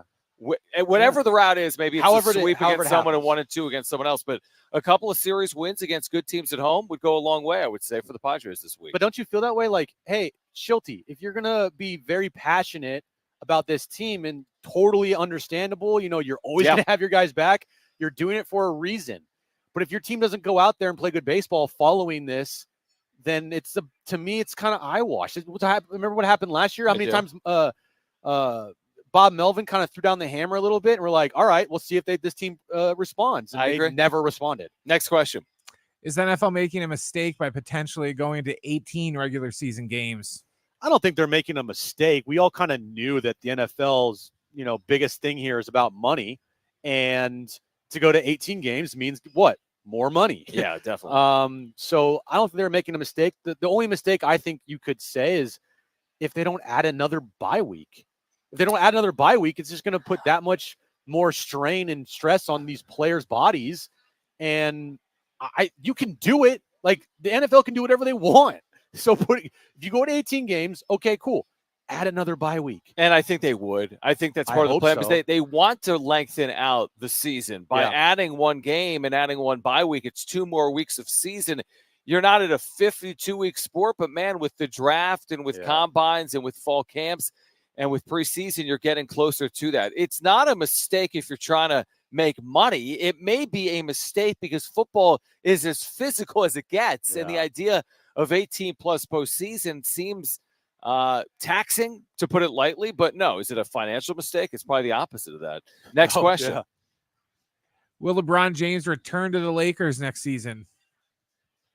If You asked that like the season's over. They're fine. Yeah, it's just basketball. According to LeBron, it's just basketball. Well, they're still in this thing, right? Yeah, I mean, LeBron last night after the game, when he was asked about, potentially getting swept, guess what? It's just basketball. Right. Even though Russell Westbrook, when he said kind of the same thing, got crucified for it. Yeah. Well, LeBron James says it's fine. It's just Right. basketball. We'll know his true intentions if he returns to the Lakers next year. If he returns to the Lakers next year, then he wants to just go out there on the Lakers, stay in Southern California, put up some more big numbers. But if he really wants to win, then he will be gone probably. I don't know if he will be gone. It's kind of hard to envision him like leaving the Lakers, right? I don't his think player option is huge, by the way. Yeah. So I don't think he'll leave. I don't know if it's a money play, but I just think it's a comfort play. He's got production companies. He's got a future. He clearly wants to be in Southern California. The days of winning are over. I mean, he's not playing in a finals unless he ends up in the perfect spot with a team that's capable to get there, which is not the LA Lakers. So I think he returns, but I think the days of playing in a conference final or an NBA finals are done. Yeah. Next question. Which NFL team had the best first round of the draft? Other than the Falcons. Other than the Falcons. You got to take that out. I know Brent's cautious, and I understand it, Brent. I would probably be in the same way as you, because at the same time, when's the last time the Bears had a quarterback? Never. So to immediately say this guy's going to be the next coming of, whoever, Jim Harbaugh, it's like you don't want to get your hopes too high and be let down by a guy that doesn't perform. But I really do like what the Bears did. I think surrounding Caleb Williams with one of the best receivers in the draft, and you also picked up Keenan Allen. You have DJ Moore. I really like what the Bears did. And so I would say the Bears for me. I would say, and I think it's easy to say the Bears. I would just say this, and I forget the name of the kid. Kansas City winning a Super Bowl, and with their first pick adding a skilled speedster. I mean, he really is with that sub 4.3, and knowing that they'll never have less capable receivers than they had for Mahomes this past year, to me, is just a win. I mean, it was inevitable probably, but the idea that they had a need and addressed it off a Super Bowl, to me, is a clear win for Kansas City. Now, the franchises are in different spots. Bears, where they are, what their future looks like potentially under Caleb Williams. But, man, Kansas City, they keep getting richer. Andy Reid under contract for a long time, adding a speedster coming off a Super Bowl. Yeah. And then you got the Niners, who added some rando receiver. Ricky Parasol. Or whatever his name is. You know what draft I also liked in the first round as well? I hate it because they're in the division as the Niners. Who? Arizona Cardinals. Marvin Harrison Jr. Right, 4th overall. And then Darius Robinson from Missouri. Yeah. At the 27th overall pick there. They picked up a big-time defensive lineman and probably the best wide receiver in the draft potentially. I like what they did there. But there was this was the first round of offense. The most offensive players ever taken in the first round in the history of the draft. It's almost like the sport is tilted towards the offense. Yeah, it is. It feels that way. Yeah. All right. On the other side, Mike Schild has spoken with the media before game one of this 3-game series. You'll hear directly from the manager of the Padres on the other side. Also coming up next hour, how, in fact, did Kentucky land San Diego State's Lamont Butler? Plus, we'll give away a pair of tickets to New Kids on the Block with Paula Abdul to kick off hour 3 from the Naughty Barrel next.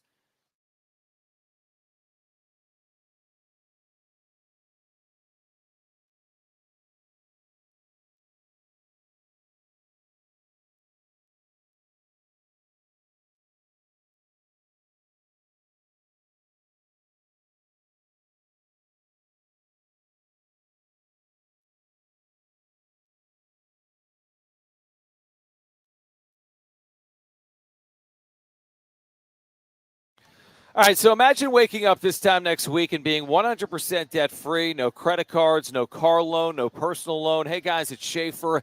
Loan Pronto's Equity Express line of credit can make it happen. Homeowners are turning their home equity into cash. They're doing it almost instantly with Loan Pronto's AI-based system. You can get approval in about 10 minutes with almost no documentation, hundreds of thousands of dollars out of your home, and you can use that money to pay off all your other loans. In fact, the average homeowner is saving over $850 a month doing this. That's huge money. So listen, your home value is way up. You can use that to wipe out all those credit cards. Get some money for a home improvement. Literally hundreds of thousands are at your fingertips, and approval is just minutes away. Here's the number to call. You can do it right now.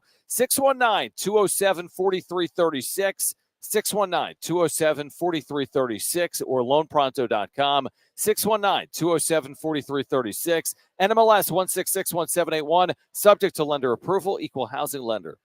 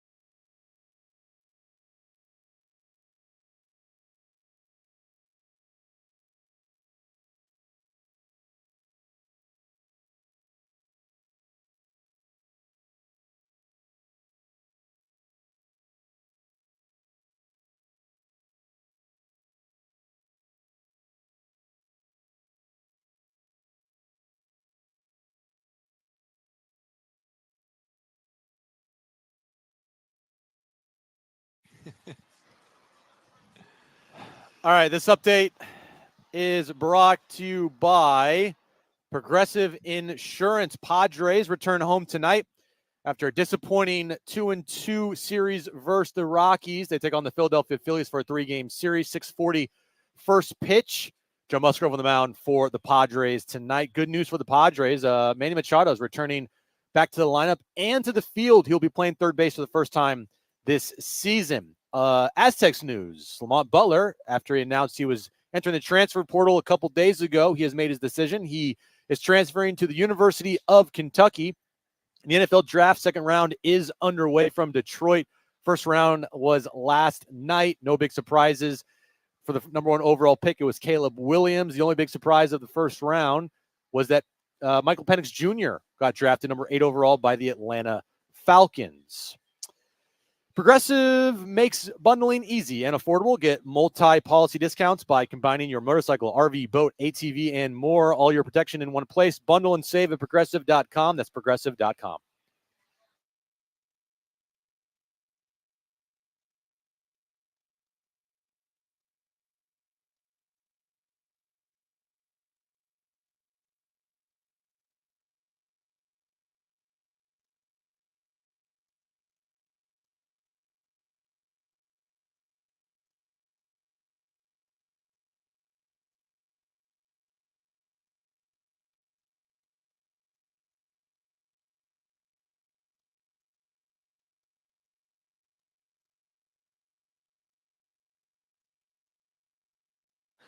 All right, San Diego and Southern California, what's going on? This is Hour 3, Jon and Jim. We are with you until 6 p.m. Padres and Phillies coming up at 6:40. Make your way down to Naughty Barrel, 9th and Market. The place is filling up. We're outside.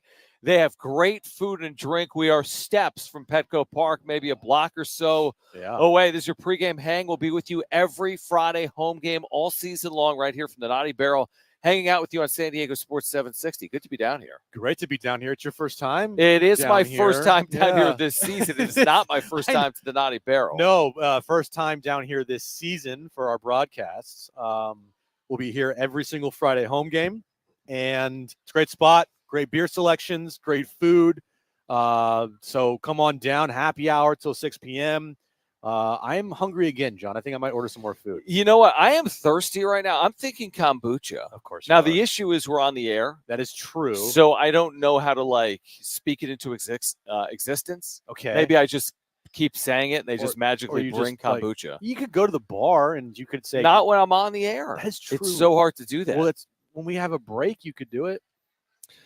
True. That is true. Yeah. That is true. So anyway, we're with you until 6 p.m. Make your way to the Naughty Barrel. Mike Schilt has spoken with the media here. Schilty. Remember yesterday wasn't great if you're Mike Schilt. No, it wasn't good, with what he said to the media, and that became part of the story. And with the Padres, really what wasn't great is the Padres had a 5-run lead in the 8th inning that they couldn't hold in a 10-9 loss. So this is part of a pregame scrum with Mike Schilt from earlier. This was Schilty on Manny Machado returning to the field and an update on the little ouchie by Jackson Merrill. How great does it feel to have your third baseman back? Ooh, feels really good. Yeah, we're super happy about that. Knew it was coming, been working towards it for a while. Really happy for him on a lot of fronts. I mean, some big milestones that are now, welcome his new addition to the family, and now he's back at third base. So life is good for the Machados and for the Padres. I know you mentioned that your timeline was hopeful to be by the end of the month. It's a little bit sooner than that, and it's coming off a little 4-day hiatus for him. So even more of a little bit of a surprise and good news that he's back. Yeah, we were earmarking. I mean, we were always honest, and it was very fluid. But he's making progress. So we knew, reading the tea leaves, it was going to be pretty close to this. And then he sent me a text. I talked to him, and he sent me a text. We had some conversation over in Colorado about today being likely. And then yesterday he checked the final box in his mental and physical world. And here we are. While we're on the Manny topic, he and Bryce Harper, you've had a chance to see both of their careers develop. Can you make any comparisons between what they've been able to accomplish in their careers and the impact that they've had? I don't know all the specifics of it, but following both of them, and of course Manny's more closely recently, and competing against Bryce for years, and just really eerie, right? I mean, free agency and very similar in the contracts, the lengths of contracts, and paternity leaves. Just two really generational talents that have been able to have, tremendous careers and, still have bright futures. Can you give us an update on Jackson Merrill? Jackson's in a really, really good place.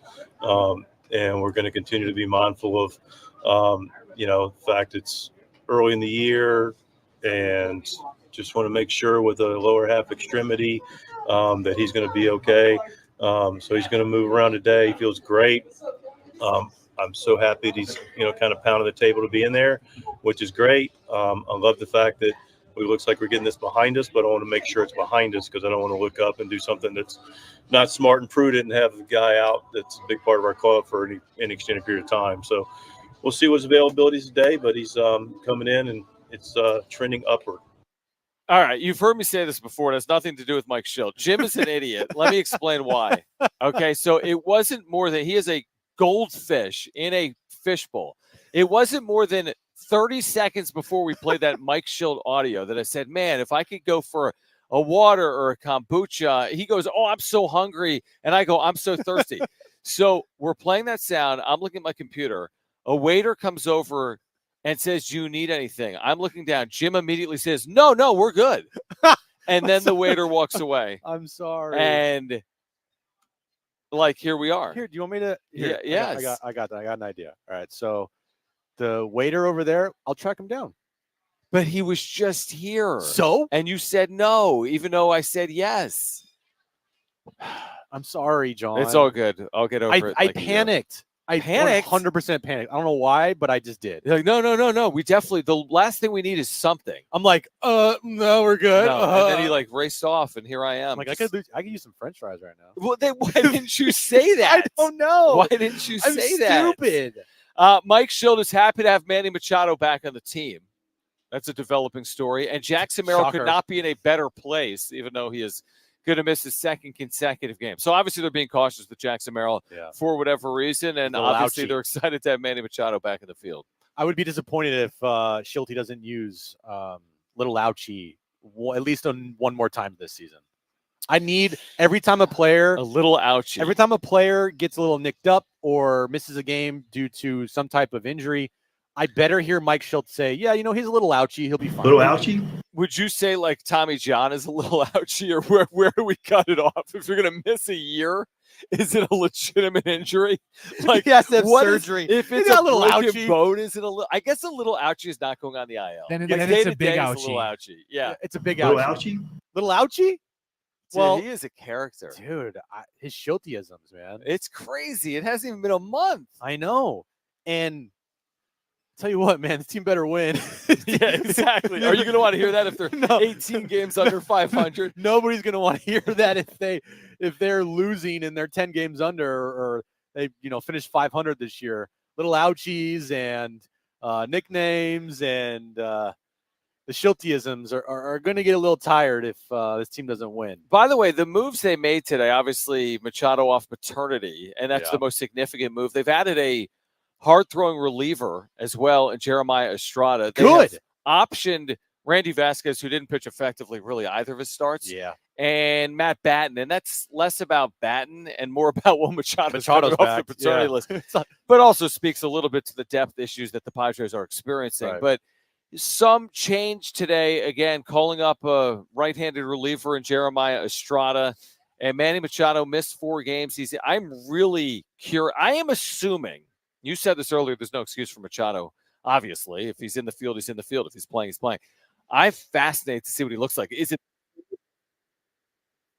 always, or is this going to take a day or day or 2 or 3 or more to get acclimated again? Well, we know he's not going to play tomorrow. Kevin said that. Which makes sense because of his elbow. It could change. But when he's out there, is he going to look the same? Like he's going to be making star-worthy defensive plays and all that? Can you say that right now? I don't think you can. I think he's a guy that you just expect brilliance defensively all the time. Mm-hmm.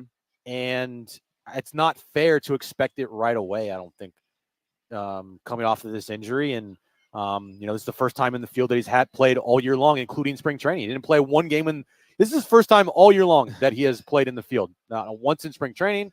So And he was DHing a lot late last year. He was DHing all of September, I want to say. So his last game at third had to have been either the beginning of September or August-ish, right? Yeah, so that really is. I mean, when you say it that way, and again, the guy spent his whole career in the field, and he's been among the better fielders in baseball, as we know. But yeah, like the last time he was out there defensively in the field is, I don't know. But yeah, I was trying to quickly look it up. Why can't I find that? All right, DH, like you said, DH.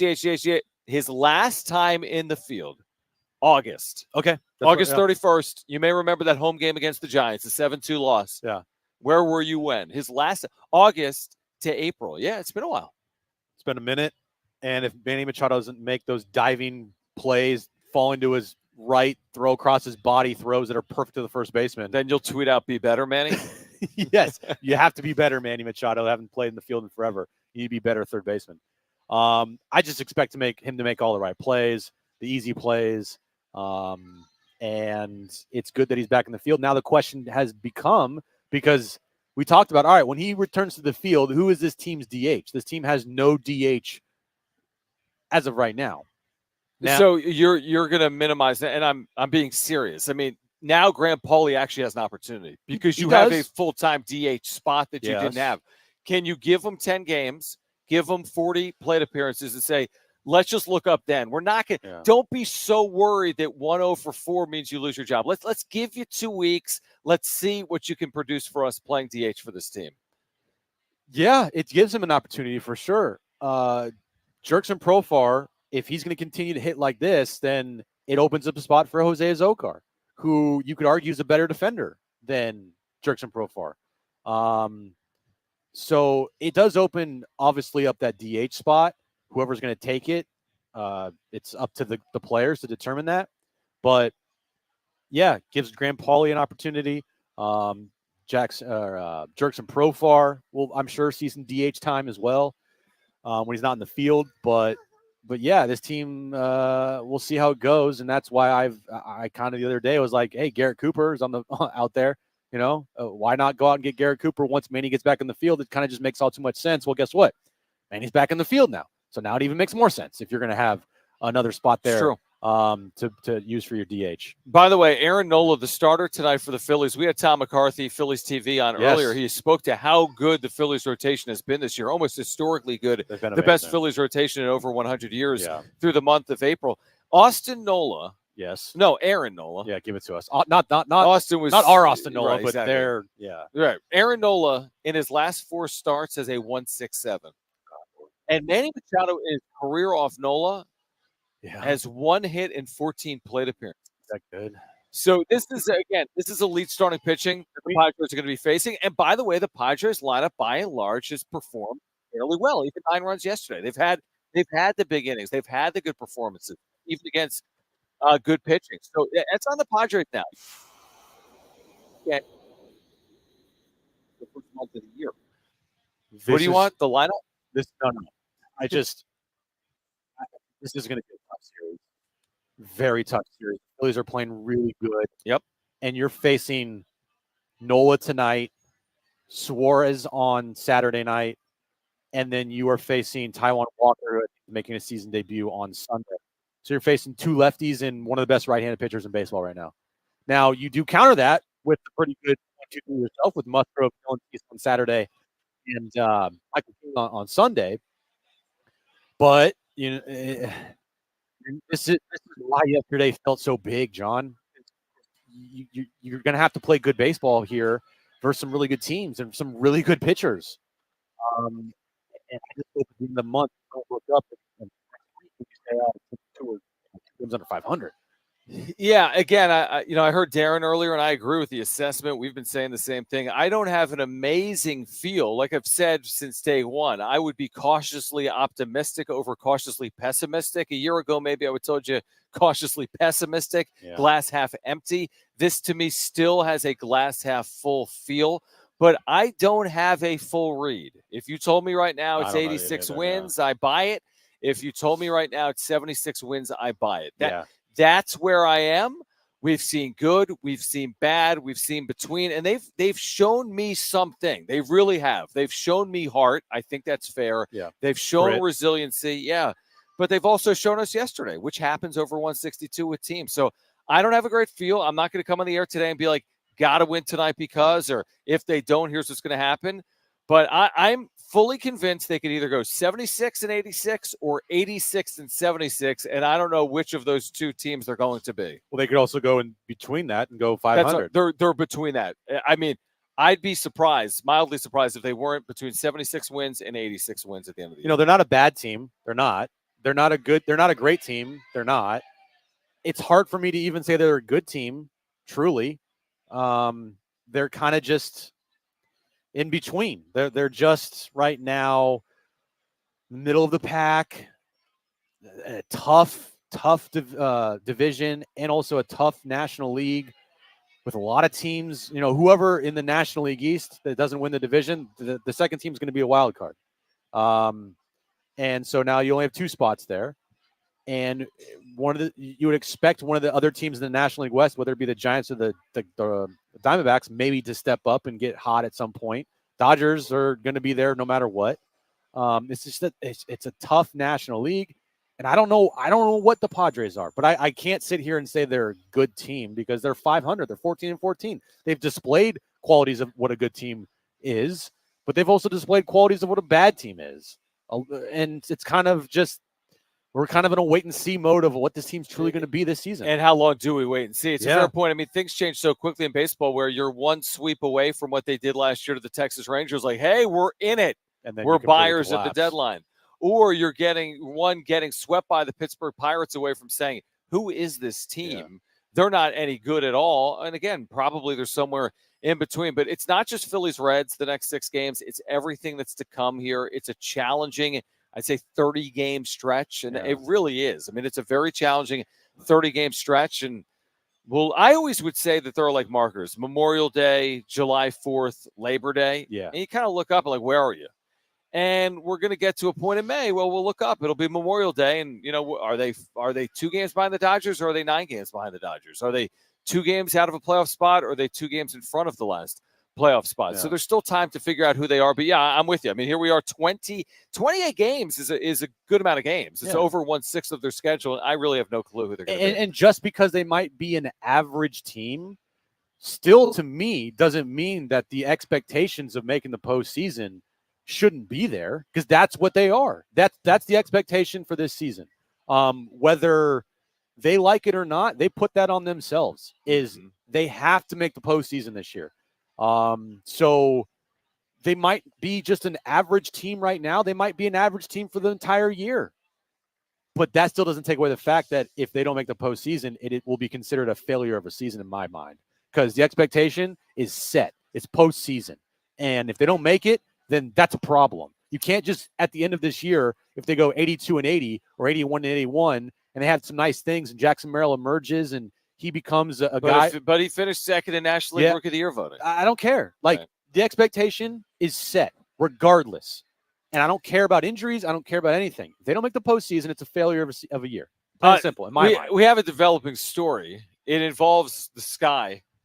Because it's raining in downtown San Diego. Cloud cover came in quick. It was kind of windy and sunny and partially cloudy earlier, but now we have light rain. More of I would call it, it's a wind. As someone that's from the East, I like to describe rain. This is more of a light drizzle with wind gusts than it is a rain. Oh. I thought something. Yeah, I feel it because you don't feel it because you're undercover, you idiot. I can't even feel my feet, so we're good. Why? Because it's cold. It's not that. It's 60 degrees. It's not 60 degrees. 60 degrees. No, it's not. Look up the weather in San Diego. Okay, here we go. Ready? 62.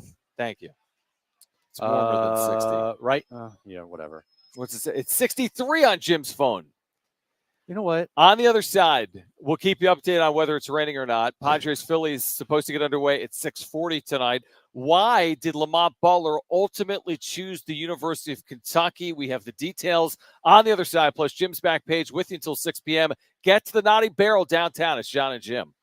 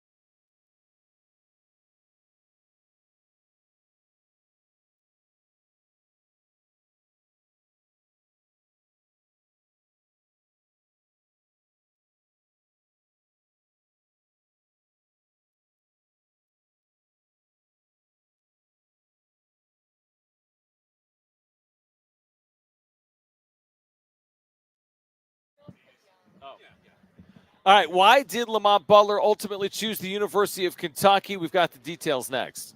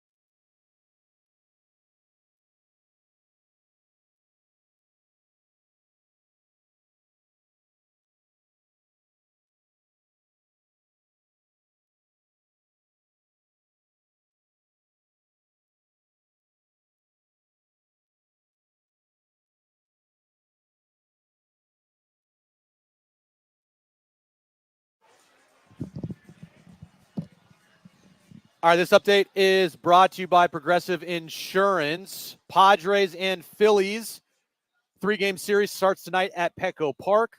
6:40 first pitch. Joe Musgrove on the mound for the Padres. Other news with the Pods.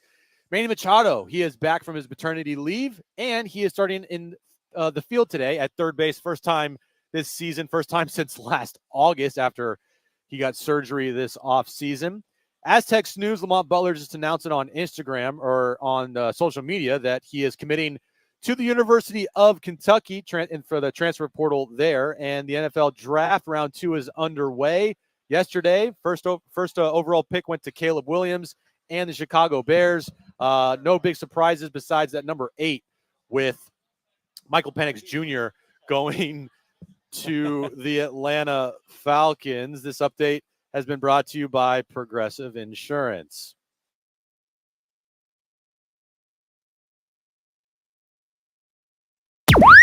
We continue to get you all set for this weekend series at Petco versus the Phillies. Now live from the Naughty Barrel at 844 Market Street. We get back to Jon and Jim. All right, final hour, Jon and Jim. Naughty Barrel, cloud cover overhead. Phillies Padres game 1 coming up at 6:40. We had light rain a moment ago. We saw our buddy Rich McGuire. I'm not undercover, so that's why I put on this poncho. Yeah, he got you one of those ponchos. Well, because it's cold, I wouldn't have put it on if it wasn't raining on me, but it is raining, so I decided to put it on. What are the odds right now that I spill something? Yes, by the way, the service at the Naughty Barrel is incredible. They brought us everything in an instant. I know. They have everything. Beer, kombucha, great food. Jim had a salad scared. earlier. He just ordered fries. We're a block or so from Petco Park, 9th and Market. Get here if you're coming down. By the way, we're here next week, and the Dodgers are in town next week. It's going to be crazy, man. I can't wait. I love it. I love this place. It's a great place to come and enjoy some good food and watch some sports and, make your way down to Petco Park. You want to stop somewhere to have a beer before you head to Petco, this is the place to be. Okay, I will admit, now this is the nature of college athletics and professional sports. Seeing Lamont Butler it's very weird, in a Kentucky uniform as part of an announcement graphic is different, just like Keyshawn Johnson to the University of Arizona was. there is a graphic on social media from his father, Uh-huh. Lamont Butler Sr., who is always around the program and is a terrific guy, that has Lamont Butler in a black and blue Kentucky uniform with an SEC logo. So that's going to take a little while to get used to. We've seen him in red and black, but it is official. Lamont Butler is heading to Lexington, Kentucky for his final year of college eligibility. Now, I saw this from those that cover Kentucky today. Yeah. That the way Mark Pope, the head coach of Kentucky, the new head coach of Kentucky, who was at BYU, was able to help lure Lamont Butler, is he and the entire Kentucky staff flew to Las Vegas today because Lamont is training for the NBA. Remember, he's still testing NBA waters. There's still a scenario he never plays in Kentucky if he gets the right draft profile and grade. But they flew to Vegas where he is training. They met with Lamont, and later in the day, they had a deal. Lamont Butler heading to Lexington, Kentucky for his 5th year. I think it's and all of a sudden now he goes to one of the most premier programs in the country. I mean, San Diego State has vaulted its way up to one of the most premier programs in the country because, thank you. Perfect. Oh man, you're the best. Awesome. French fries have just come over to us. Look, can't help but be happy for him because he accomplished everything that he set out to accomplish here at San Diego State.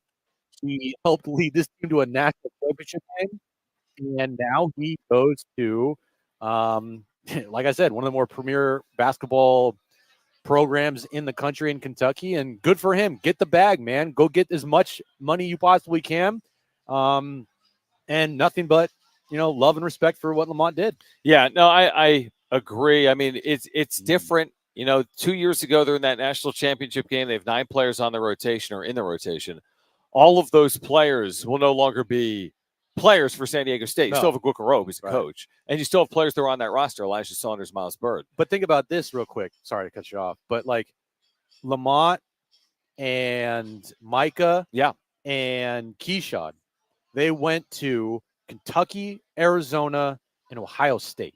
Yeah, but okay, I'm all for. It's not about where they went. Actually, I'll push back at the quote unquote better program narrative. Well, I'm saying it's a better program. I'm not but saying that. Where I won't push back is if it's the right NIL. If they have a chance to earn, like all of us, then good for them. Exactly how I feel. But you're not saying it, but I have seen out there. Oh, they're going to a bigger program. Mark Ziegler put in his article today. Last 7 years at KenPom, the average ranking for San Diego State's been better than Kentucky. Yeah. Since Brian Dutcher's taken over. So, again, there's all kinds of ways you can parse through it. Does Kentucky play more games on CBS? Yeah. Do they play in the SEC? Absolutely. So there's pros, don't get me wrong, but San Diego State has absolutely, because of Lamont and Keyshawn and Micah, been an elite program. Oh, here's the other point I'm going to make. It's not just about the 9 rotation players from 2023. The 5 starters from 2024 are all gone. Darion, Jaden, Lamont, Jay Powell. Yep. Who am I missing? What you said? Darion, Micah, Lamont, Jay Powell, Jaden Ledee. Yeah, that's the list, right? Micah, Jaden, Lamont, Jay Powell, Darion. Yeah. So a few of those players because of eligibility, Powell, Trammell, Ledee. 2 of those players because of NIL or opportunities, Parrish and Butler.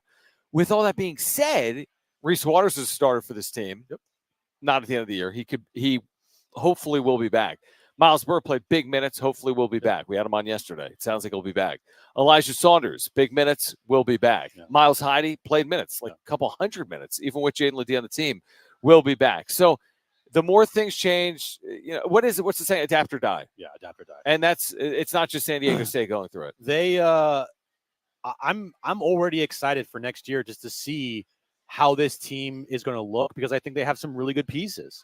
The Nick Boyd pickup in the transfer portal is big. You have Miles Byrd, who we talked to yesterday, going to be put into more of a prominent role in this team. Elijah Saunders, Magoo Gwath. Yeah. Okay. 7-footer. You have Miles Heide, who got some big-time minutes this year as a freshman. The transfer they just picked up yesterday from Middle Tennessee. Remind me on the name. Yeah. Good point. Jared JCJ. I totally blanked. Jared Coleman Johnson. Sure. There you go. Guy that averaged, Jared Coleman-Jones. Jared Coleman-Jones. He averaged over 11 points, shot 44% from three last year. Like, to me, I'm excited about next year. I know everyone wants to see the same players return every single year because, who wouldn't? Because they took them to back-to-back Sweet 16s, of course. But the beauty of college basketball is what we're seeing right now, and as far as the turnover in teams, because every year you have new players you want to see. Not the NIL part of it. That's not the beauty of college basketball. It's the recruiting and the new players on the team and being excited about seeing these guys, step up into a bigger role. Because if you had the same players for 10 plus years, you would never see anybody new. You would never see anybody step into a position to show what they got. And you're going to see that next year with this team. And I'm excited to see it. Could they be bad? Maybe. I don't know. But they have a chance with these new guys to be good every single year because Dutch is that type of coach who always replenishes his roster with good players. Yeah, no reason to think they'll be bad. Will it be different? Yeah, it absolutely could be different. I think when all it's said and done, and you look at San Diego State's roster, they'll be in a position where they are at the top of the Mountain West Conference. And being towards the top of the Mountain West Conference over the last handful of years has put them in a position to make a deep run in the NCAA tournament. And by the way, roster's not done. With Lamont out, that means someone's coming in. At the very least, you're going to get at least one more addition to this roster. There's a scenario where you get multiple additions. But when people get upset, Lamont's gone. And again, understand you're a fan. We get it. Yeah. But you don't even know who's coming. I know. What if Nick Boyd turns out to be this great pickup for this team next year and becomes, leads them to another NCAA tournament appearance and maybe, winning a conference regular season or a conference tournament title. And again, the next guard to sign, how does he compare to Lamont? Well, we don't know. Is he more offense first than defense? Yeah. Is he a similar defensive player? Is he not? So it's just amazing the way people react to this. Even again, the reaction in San Diego, which I think overwhelmingly has been in the corner of Lamont Butler. Oh, for sure. I then was on Kentucky message boards like, are you serious? Like, this guy shot 30% from three. He better be coming off the bench. I'm like, Lamont Butler has won 7 tournament games the last 2 years. It's not good enough for you, Kentucky? No. You lost to Oakland in the first round. Everyone always wants more. You got a guy that, frankly, Kentucky, they're a school that has done a lot of one-and-dones. Yes. With Calipari the last however many years he's been 10 there. or 15. You get a guy that's been in the college game for 4+ years. He is an elite lockdown defender. Could he improve shooting wise? Absolutely, he could. But he is a guy that knows how to run a team, and you get that veteran leadership from him. I think if you're Kentucky, that's what you should be looking at. Lockdown defender, veteran leadership. He can run an offense. He can give you 15 points in a game if you want, right? Or he can give you 35 minutes of playing great defense versus the other team's best guard. Yeah, 5 steals. Elite on-ball defender. Yeah, I'm with you. Okay, on the other side, again, we're at the Naughty Barrel, Market and 9th here, downtown San Diego, blocks away from Petco Park. We're 1 hour out. Phillies and Padres game 1 of this 3-game series on an overcast night in downtown San Diego. We're at the Naughty Barrel. Come join us. First pitch in an hour. We're with you for the next 20 minutes. Jim's back page. That's next.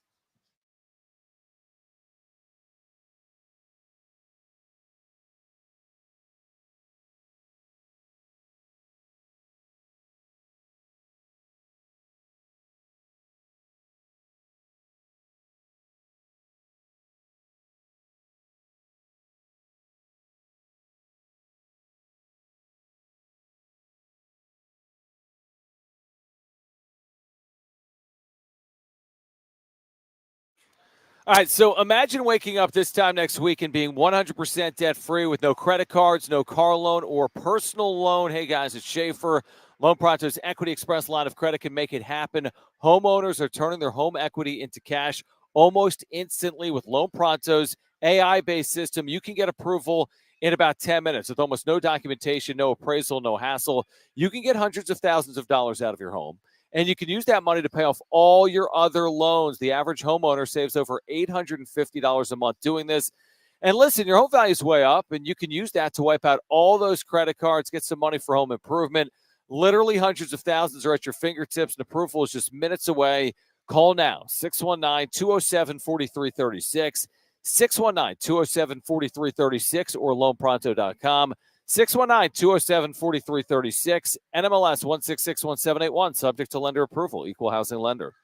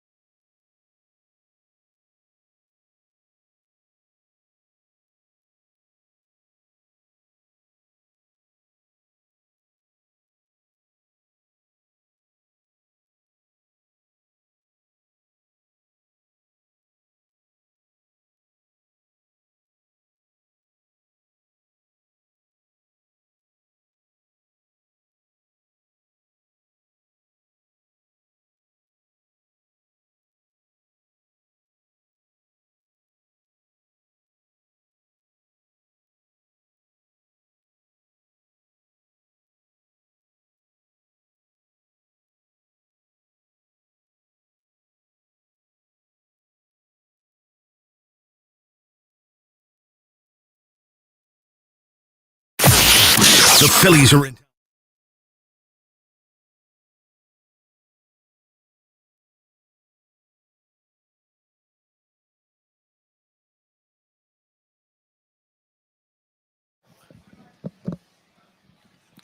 I'll tell you what, Naughty Barrel is a great spot downtown East Village. We'll be here every Friday home game all season long, including next weekend for Padres Dodgers. We're an hour out from Padres Phillies tonight inside Petco Park. You're eating fries. You've already had a salad. I just had a kombucha. These are the greatest fries I've ever had in my life. You are pounding those fries. They're so good. Here, I'm gonna have one. Right. Look at you. So good. So good. Why won't you have a fry? You know what? Here's the thing. Yeah, I have been working out. I asked John, I go, hey, you want a French fry? And he goes, no. I'm like, why not? I haven't been working out because I hurt my ankle on my my toe. My toe. What? Yes, I hurt my toe So you on my couldn't- trip back east. You haven't been able to work at out an 'cause you indoor hurt- water park. So Thanks. you have a little ouchie, is what you're telling I us? have an ouchie. Like honestly, if I was in the big leagues, I'd be out the last 2 weeks. I don't know what they would have done for it. Little ouchie? Little ouchie? I got no, it's more of an owie. Did we hear that? Little owie? Because Little ouchie? Marty has something she put on social where she said it's not an owie, but it's an ouchie. Did we hear that? Not an innie, it's an outie. It's not. I don't know. It's an ouchie. He said ouchie. Little ouchie? I know, but ouchie. like an elevated ouchie is an owie. Like ow. Oh, I get it. No, well, no. The next level up from an ouchie is an owie. She said. Yeah, and then from there you're going on the IL. And then you're And done. from there you're Tommy John. So basically, what you're saying, so John, an owie is more painful than a. Little ouchie? Yeah, it hurts when I push off. Oh, you're so Yeah, soft. I know, I am. I think it's turf toe Anyway, or sprain toe. All right, let's get to it. Whatever.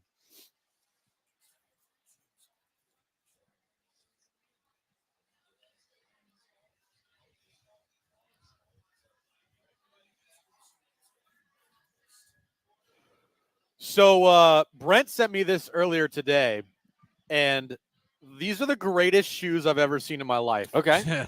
Pringles in Crocs, you know, like the shoe Crocs. Yeah. Collabed on a new Croc, the Pringles X Crocs. Okay. And the cool part is you can put your Pringles in the the side croc? in the side of your shoe. Oh my gosh. I think my son would like that. I would like that. Yeah. I love me some good Pringles. But then you reach down to get your Yeah, Pringles and you from your like boot. yeah. Come on. It's a new man. collaboration with Crocs and Pringles. That's hilarious. You can get a pair for a cool $280, John. No, I'm good. You're How good? many Pringles can I get for $280? A lot. Probably a year's worth. Yeah, Pringles are pretty definitely. cheap. Yeah. They're yeah. So But that's cool. You know, Yeah. I love Pringles, but I hate Crocs. Crocs are kind of like John's type of shoe. I've never worn Crocs Mm. once in my life. Why not? I thought Jones does. You look like a Croc guy. Do Well, I? Like a kid wearing Crocs is fine, but Yeah. like an old person wearing Oh, Crocs. what do you mean an old person? I'm not I'm not 100. An old person? I'm like 40. I know it's right. I'm almost. You're old. like 50. I know. You're not an old person yet. So some The day you get married, I'm going to say you're old. the new Crocs X Pringles boots, and shoes. You want to get some? $280. How you doing? Okay, so Kool-Aid McKinstry. You know Okay. that player from Alabama? Of course. Yes. He was taken number 41 overall in the second round today by the New Orleans Saints. Okay. Well, when you have a name or a nickname, you know, Kool-Aid, Right. you better get an endorsement deal from Kool-Aid. So at his draft party, it was sponsored by Kool-Aid, Wow. and the Kool-Aid man was at his draft party. He has his own Kool-Aid flavor, John, the Black Cherry Blitz, sponsored by with Kool-Aid McKinstry on the front of the Kool-Aid pack. That's really cool. So if you want to go out for a limited time, you can get some Black Cherry Blitz Kool-Aid flavor, the official Kool-Aid for Kool-Aid McKinstry. How much do you think that deal is worth? A good amount. I would think so. Like if your name NFL player? and you know, like last year, Sauce Gardner, right? Yes. He got an endorsement deal from I think Buffalo Wild Wings for like That's cool. sauce. Yeah. So I think that's pretty cool there. So Would you change your name for money? Like a deal? hell yeah. Like if I would change my name to like Mac and Cheese right now. Mac and Cheese Russell or like Yeah. Crocs Russell? Yeah, if you give me like a cool like Quarter mil? like a $500,000 Oh. endorsement check. What if I gave you like 4K? Probably. Probably. Gotta pay off this wedding. Probably. So you know what VHS tapes are. Brent knows what VHS Yes. tapes are. We're older We're than you. I say we're older than you. Yeah. We're not younger. Do than you know what VHS tapes are? I know. I've heard of them before. You've heard of them. Okay. A sealed 1982 copy of Star Wars has been sold. It was a sealed package. It got graded at a 9.2. So this thing is like pristine quality. Mm-hmm. All right. It got sold for guess how much? For a VHS tape, a sealed VHS tape of the original Star Wars from 1982, the original version with none of the George. They won't have the edits in it, so that's going to be worth a lot. There's no edits. There's George Lucas. $50K. Brent. $75K. Close-ish. $114,000. It remains the all-time. Well, not remains. It is the all-time record for any VHS tape sold ever. Yeah, previous record was $22.95. Yep. Like everyone paid for their VHSs back in the day. So this copy is like very rare. You don't get many of these high sealed original version of Star Wars, which you can't find anywhere. Yeah, you can't buy those anymore. You can't even go on the internet and find it. Is the new theory?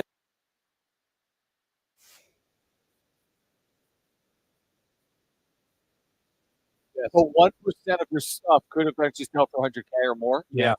Video games, everything. Yeah. But nowadays it's hard because everything's put in digital. I know. This is fun, Jim. We should do this more often. We should. This is fun. Yeah, every Friday with the Padres have a home game. Yes, absolutely. All right. Enjoy the weekend. Padres Phillies coming up at 6:40. We're back Monday at 3 p.m. for our entire crew. Manny Valencia.